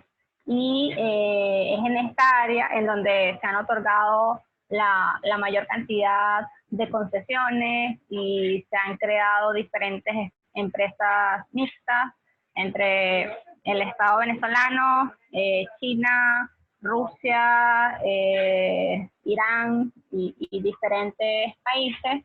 Ahí el permiso es para la explotación de oro, de bauxita, de cobre, de caolín y de dolomita. En un informe de este Hueso Orinoco que publicaron, si no me equivoco, creo que a comienzos de este año, ellos sumaron aproximadamente 23.434 hectáreas en lo que es la cuenca del Cuyuní y es dentro de la Reserva Forestal de Imataca, que está Las Cristinas, es el polígono de mayor extensión y mayor continuidad que hay de explotación minera al sur del Orinoco. Creo que son más de 7.000 hectáreas continuas de explotación. Lo que ha ocurrido en Imataca es que desde el último decreto que hubo, se dio permiso a la explotación dentro de la reserva forestal. Entonces, por un lado tienes toda la explotación minera, más la extracción no sostenible de madera, como ha ocurrido en la mayoría de las reservas forestales, que ha sido histórico, que no ha sido un manejo, ¿no?, del bosque, sino ha sido simplemente extracción forestal. Con respecto a la situación de las comunidades indígenas, es gravísimo y es lamentable lo que está ocurriendo con la comunidad Pemón, la comunidad Yanomami, los Yecuana.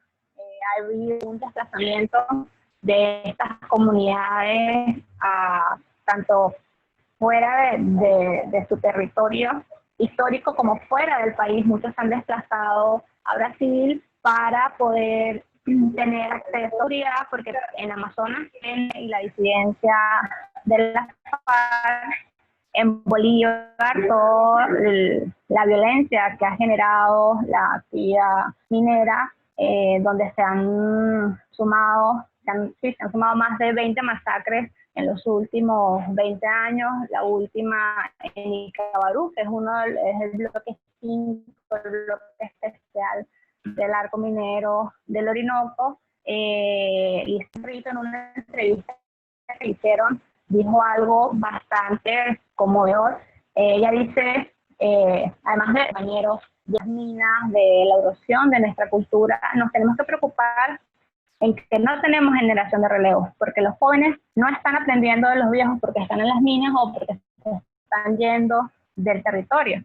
Y además los viejos están muriendo de enfermedades. Hemos tenido repunte de malaria, repunte de sarampión, los guaraos, muchos guaraos están desplazados en Bolívar. Entonces es una situación alarmante que necesita de poner la lupa, de hacer un seguimiento y de fortalecer las comunidades que siguen en territorio, de fortalecer iniciativas como la de la comunidad afrodescendiente de Aripao, en donde ellos están desde hace años, previo al boom minero, estaban buscando alternativas económicas, están trabajando con Sarrapia, les toca algunos meses hacer minería porque la inflación se come todo. Entonces, una de las prioridades que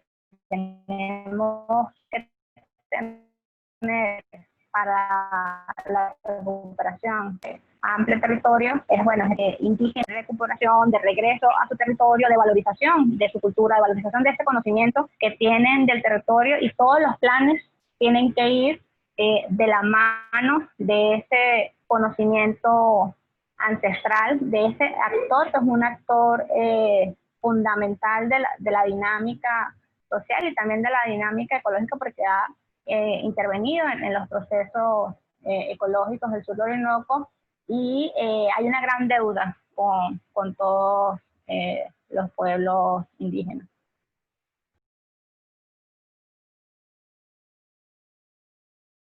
Muchas gracias, Vilisa, por tu comentario y por tu respuesta. Ahora vamos a abrir el micrófono a Edelvi para que haga su comentario.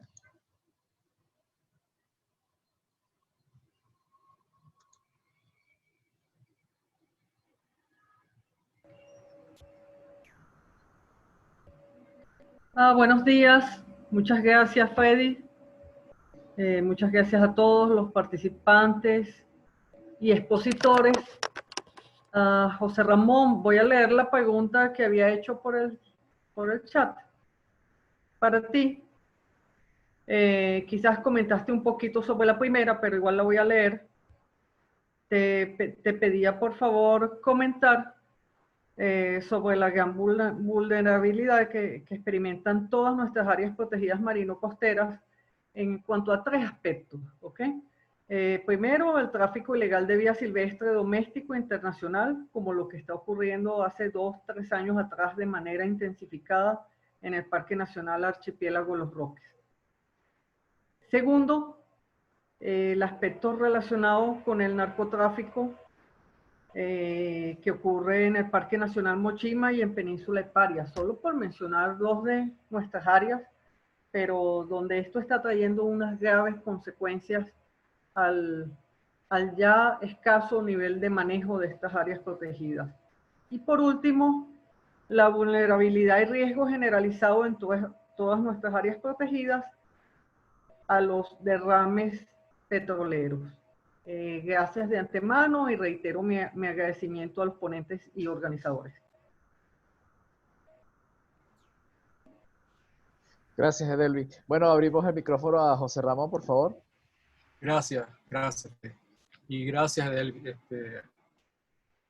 Me pones así como que en una situación, vamos a hacer otro foro.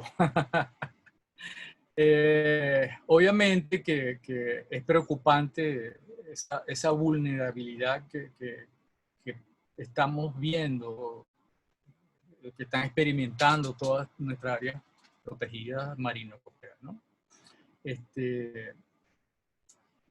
El tráfico ilegal y narcotráfico y la vulnerabilidad ante derrames petroleros, todo eso está vinculado a una cosa, bueno, según mi opinión, algo fundamental, que es la vigilancia y control ambiental. Si no tienes un personal calificado que esté en campo, pendiente, si no tienes científicos que estén haciendo seguimiento, departamentos técnicos que estén encima de las situaciones de las áreas protegidas, pues es muy difícil disminuir esa vulnerabilidad, esa situación de riesgo. Ante el tráfico ilegal de vida silvestre que tenemos, mencionas ahí las tortugas marinas como ejemplo del Parque Nacional Los Roques. Bueno, ahorita estamos viviendo una situación bastante difícil. No sé, no tengo información de cuántas lanchas tienen los guardaparques y si están pudiendo ejercer su labor, no solamente en Los Roques, en cualquiera de los parques nacionales marinos que tenemos, ¿no? Y eso me lleva a hacer un comentario. O sea, Venezuela no tiene una identidad marítima. Somos un país caribeño, pero nosotros tenemos que desarrollar esa capacidad caribeña que tenemos. Es intrínseca porque tenemos, gracias al refugio de fauna de Isla de Aves, nosotros tenemos soberanía sobre una parte importante del Mar Caribe. Y eso hay que ejercerlo. Y como dije antes en la presentación, la soberanía no es solamente una presencia militar, es una presencia científica, es proteger áreas y es vigilarlas, es estar pendiente, hacer presencia, hacer turismo. Yo fui durante casi 30 años funcionario de la Cancillería, ejerciendo funciones técnicas, funciones diplomáticas, y siempre sostuve, por ejemplo, en el caso de Isla de Aves, que nosotros debemos fomentar turismo, un turismo, porque ese es un lugar nuestro. O sea, no solamente llevar, puede ser un turismo científico, inclusive llevar a gente de las islas cercanas a hacer turismo ahí, ¿sabes? Eso es soberanía, eso es ejercer soberanía. Y obviamente para eso tú necesitas navegar, y Venezuela no se navega por una serie de razones y por circunstanciales. Si nosotros no navegamos ese mar, como decía aquella canción, ese mar es meo porque lo navego. El caso, por ejemplo, del narcotráfico en el Parque Nacional Mochima, Península de Paria, la piratería que se ha mencionado, es porque ahí no hay presencia. Ni la presencia de autoridades es insuficiente y obviamente tampoco hay una presencia de venezolanos. Nosotros tenemos que desarrollar la navegación costera, la navegación comercial y la navegación deportiva. Nuestros chamos tienen que aprender a navegar en velero, ¿sabe? A aprender las artes marineras, a desarrollar y a querer ese mar que tanto decimos que es nuestro. En cuanto al riesgo de las áreas costeras por los derrames petroleros, yo creo que lo interesante ahí es que Venezuela tiene una tradición petrolera de más de un siglo. Nuestro país está ubicado entre los grandes, o estaba, no sé ahora en qué estado estamos, pero los grandes productores de petróleo. Y siendo que desde el año 86 existe un Plan Nacional de Contingencia que siempre fue aplicado con éxito en varias oportunidades, los incidentes últimos que están ocurriendo no deberían tomarnos de prevenido. Yo creo que habría que hacer una reunión de estas parecidas, invitar a PDVSA, invitar a Linea, invitar a los otros organismos que tienen responsabilidad técnica sobre el manejo de la industria petrolera y que expliquen, bueno, ¿por qué no está funcionando eso? No está funcionando porque estamos poniendo en riesgo no solamente las áreas protegidas, sino áreas que son turísticas. Nosotros tenemos que estar conscientes que el potencial turístico de nuestras áreas protegidas es un valor agregado a la actividad económica.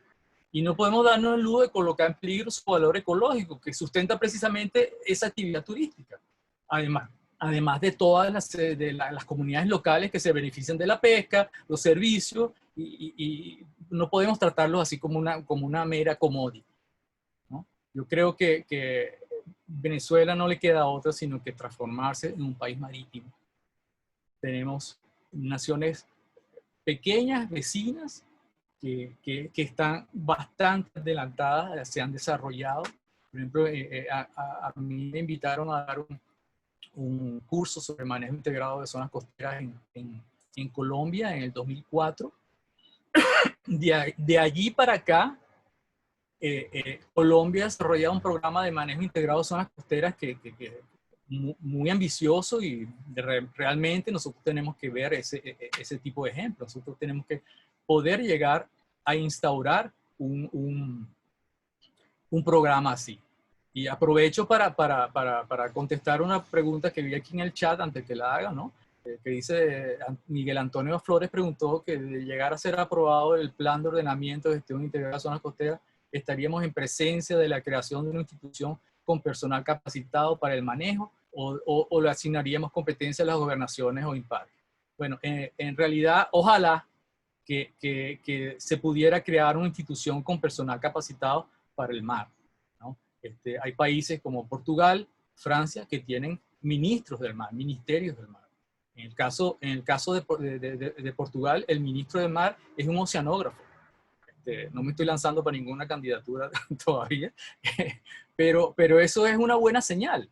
Eso es una buena señal. La ley de zonas costeras establece que es el Ministerio del Ambiente el que coordina la actuación de todas las demás, todos los demás organismos. Sin embargo, ya el ministerio ya no existe, la ley hay que adecuarla, y obviamente hay mucho trabajo que hacer en el futuro. Muchas gracias. Muchas gracias, José Ramón. Voy a leer algunos comentarios que están en el chat para no dejarlos como que no se leyeron, y que suman a lo que fue el conversatorio de hoy. Entre estos está el de Mirza Hernández, que ella dice que entre el año 2015 y 2016 Imparque realizó un estudio de capacidad de carga para el Tepuy Roraima. ¿Qué otra cosa por aquí? El de Orlando Cabrera, que dice, el diagnóstico está más que claro, tristemente con las instituciones con competencia en materia ambiental desmanteladas, desarticuladas y sin capacidad operativa y ejecutiva real para implementar medidas concretas, el escenario futuro en el país no tendrá luces de acierto hasta tanto no haya un cambio de gobierno. Y hay una pregunta para Vilisa de Miguel Antonio, que dice, en su presentación nos habla de que no hay articulación con las instituciones públicas y privadas. Estaríamos hablando de la creación de un sistema que establezca la conexión para la alerta roja y verde en el uso y el aprovechamiento de los recursos naturales en las áreas naturales protegidas del sur del Orinoco. Eso es hasta ahora. Y hay un comentario de Armando muy interesante que invita a los miembros de CEMAT a elaborar un informe ejecutivo sobre lo presentado en los 3 webinars, como una construcción concreta de este valioso esfuerzo que se está realizando, y también como una contribución a Venezuela a la celebración del Día Latinoamericano y Caribeño de las Áreas Protegidas. Vilisa, puedes contestar, por favor. Vale, lo último del comentario es lista roja y lista verde, porque ahí no te entendí, tuve como una interferencia.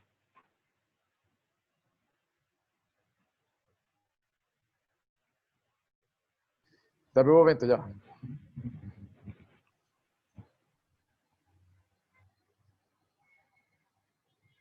Ajá, estaríamos hablando de la creación de un sistema que establezca la conexión para las alertas roja y verde en el uso y aprovechamiento de los recursos naturales de las áreas naturales protegidas al sur del Orinoco.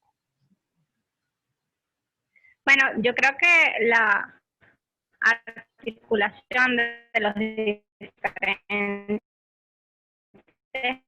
actores que hacen vida tanto dentro en esencias de las áreas protegidas a nivel una planificación conjunta.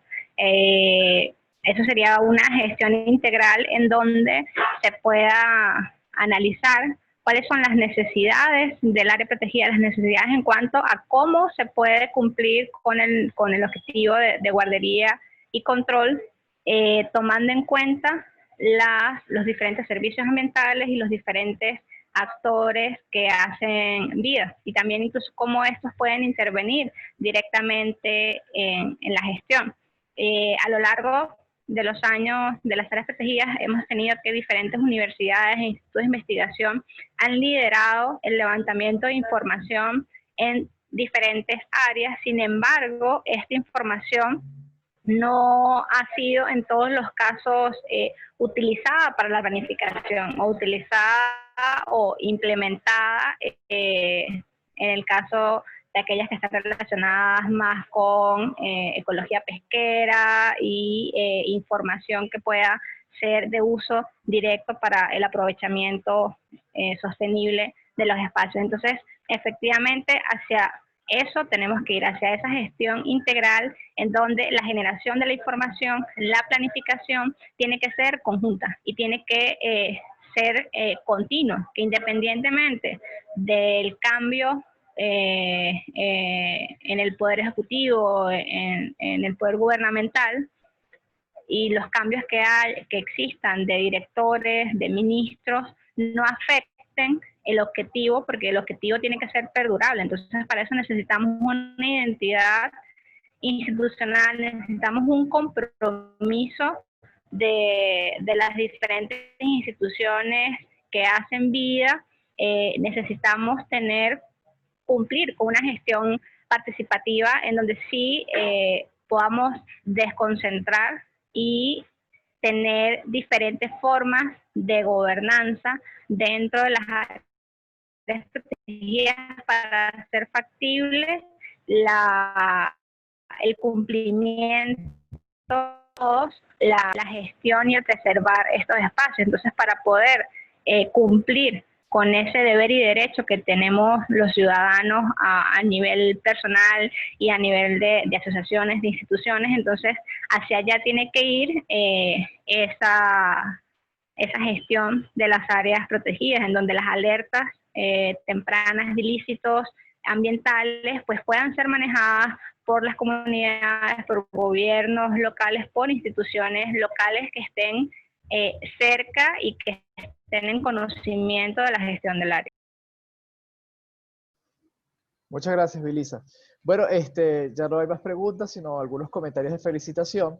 Y yo quiero hacer una pregunta a los tres ponentes, para cerrar el webinar. Y me gustaría escuchar, a modo de conclusión, ¿cómo articularían estas tres áreas, estos tres espacios del territorio venezolano, mar, norte del Orinoco y sur del Orinoco, para crear un sistema efectivo y eficiente? ¿Cómo lo ven ustedes a futuro y qué beneficios puede traer esta articulación de espacios con los diferentes organismos del Estado y privados y las poblaciones para poder llegar a ser un país de vanguardia en conservación? ¿Cómo lo ven? De aquí, del 2020 al 2050.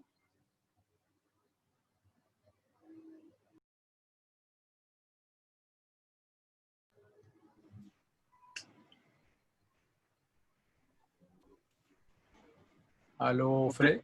Aló. Bueno, por favor, Rodolfo. Sí, dale. Ok, bueno. Gracias, José. Bueno, fíjense, yo mencionaba algo en las conclusiones. ¿Cómo articularían tres áreas? Es que tenemos justamente que tener en consideración que las áreas protegidas tienen dos grandes niveles de planificación. Uno a nivel de sistema y otro a nivel de las áreas, cada una por individual, de manera individual. Entonces, de manera individual, entonces cada una debe contar. La legislación actual contempla hasta ahora lo que es el plan de ordenamiento y reglamento de uso, pero el instrumento idóneo que, digamos, se recomienda a nivel internacional, incluso la UICN así lo recomienda, que debe ser el plan de manejo, donde el ordenamiento debe ser uno de los componentes de ese plan de manejo. Pero ciertamente, incluso Fred, tú hablas de un plazo, incluso 2020, 2050, y es que cuando hablamos de planificación estratégica, que ese es el punto que yo mencionaba en las conclusiones de la ponencia, ese plan estratégico tiene que tener tal cual esa visión de sistema. Quizás para efectos ahorita de este webinar y de un diagnóstico, estamos dividiendo por grandes zonas geográficas del país. Y ciertamente hay realidades que hay en una que no vamos a observar en las otras.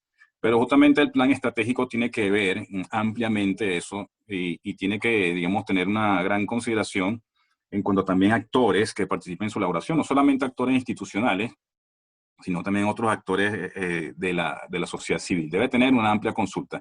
Y eso lo establece la legislación, por lo menos a nivel de la Ley Orgánica para la Ordenación del Territorio, que los planes de ordenación territorial deben tener una consulta pública. La planificación estratégica es un ejercicio, digamos, importante hacer en este caso, porque implica el uso de diversas herramientas, lluvia de ideas, árbol de problemas, etcétera. O sea, establecer un objetivo, una misión y una visión para un plazo determinado con una serie de metas, de productos, de resultados a obtener. Esa es, digamos, la forma como, digamos, a grandes rasgos, consiste en lo que es el ciclo de la planificación y lo que se debe considerar en este caso para una visión de todo el conjunto, de todo el sistema. Hasta ahora tenemos una institución que vela por parques nacionales y monumentos naturales, otra que maneja los refugios de fauna silvestre. Entonces, que a pesar de que todo es parte de lo que antiguamente era el Ministerio del Ambiente, cada uno tiene su, digamos, su autonomía y radio de acción, pero no podemos ver este trabajo como parcelas, como parcelas donde cada actor tiene una parcela determinada. Tiene que haber una integración. La participación de múltiples actores es importante porque tenemos labores como la Guardia Ambiental que son competencia de también diversas instituciones donde la Guardia Nacional tiene también un papel relevante dentro de todo esto, pero tiene que haber una articulación, por supuesto, con el Ministerio del Ambiente, el Instituto Nacional de Parques, que son los que llevan la tutela administrativa. Entonces, son parte de esos elementos, digamos, que hay que considerar para esto justamente, para una articulación de esas tres áreas y una articulación también de actores institucionales y de la sociedad civil.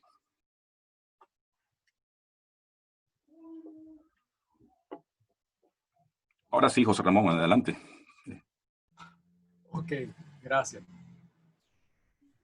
Bueno, no sé si llegar tanto hasta el 2050 como pregunta Freddy. En el caso de las áreas marinas, nosotros iniciamos a partir del año 2021 la década del océano decretada por el Sistema de las Naciones Unidas, donde se ha visto pues la importancia que tiene el océano en una serie de cosas y que son importantes para la sobrevivencia de nosotros, seres humanos, y para mantener la biodiversidad. Arrancar esa década sin dos de nuestras instituciones, como lo dije en la presentación, las dos instituciones que han generado la gran parte de la información con la cual tenemos para poder planificar y desarrollar otras cosas, es algo cuesta arriba, ¿no?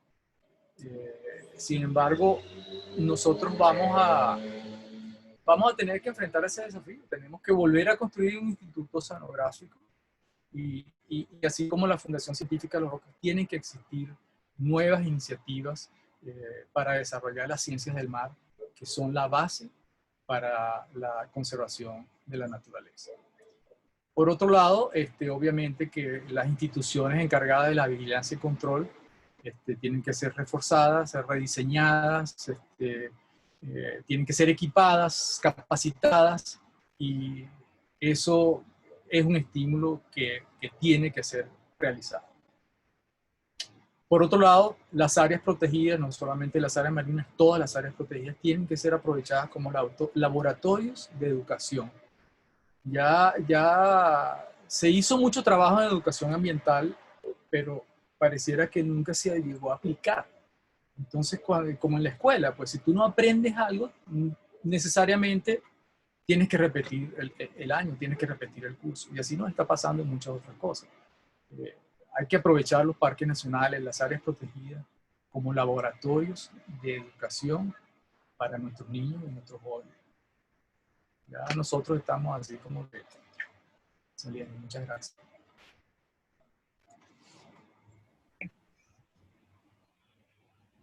¿Se me escucha? Que mi conexión está intermitente. Sí, Vilisa, te escuchamos. Bueno, rápidamente, toda la actualización de legislación, la reestructuración que necesitamos de INPARQUES y la refundación que tenemos que realizar del Ministerio de Ambiente tiene que ir a la par de la recuperación de la investigación, de la recuperación de todas las colecciones y herbarios a nivel nacional, en donde están, ellos son el resguardo de toda la información sobre diversidad biológica, que es lo que están protegiendo nuestros parques. Entonces, para poder tener esa identidad y planificación a nivel de sistema, pues tenemos que conocer lo que hay ahí, y para ello la academia y la investigación son de vital importancia, pues van a generar la información necesaria para que los diferentes actores involucrados pues puedan tener a la mano lo que se necesita para la planificación, para el manejo sostenible de los espacios y lo que se va a llevar a estas aulas abiertas hermosas de las que habla el señor José Ramón. Esa identidad cultural que necesitamos de las áreas protegidas va a ir de la mano de toda esta recuperación, y también de la mano de una visión diferente que tenemos que tener los venezolanos, de salir de ese modelo extractivista a un modelo verdadero de desarrollo sostenible, de consumo, de un consumo inteligente que va a ir de la mano de nuestras áreas naturales, y esa debe ser la única forma en la que avancemos, ¿no? En ese aprovechamiento sostenible, en una identidad nacional, en donde valoremos nuestra riqueza natural, nuestra riqueza cultural, y en donde asumamos la responsabilidad como ciudadanos de presionar estos procesos para que entonces exista una voluntad política que dé respuesta a estas necesidades ciudadanas.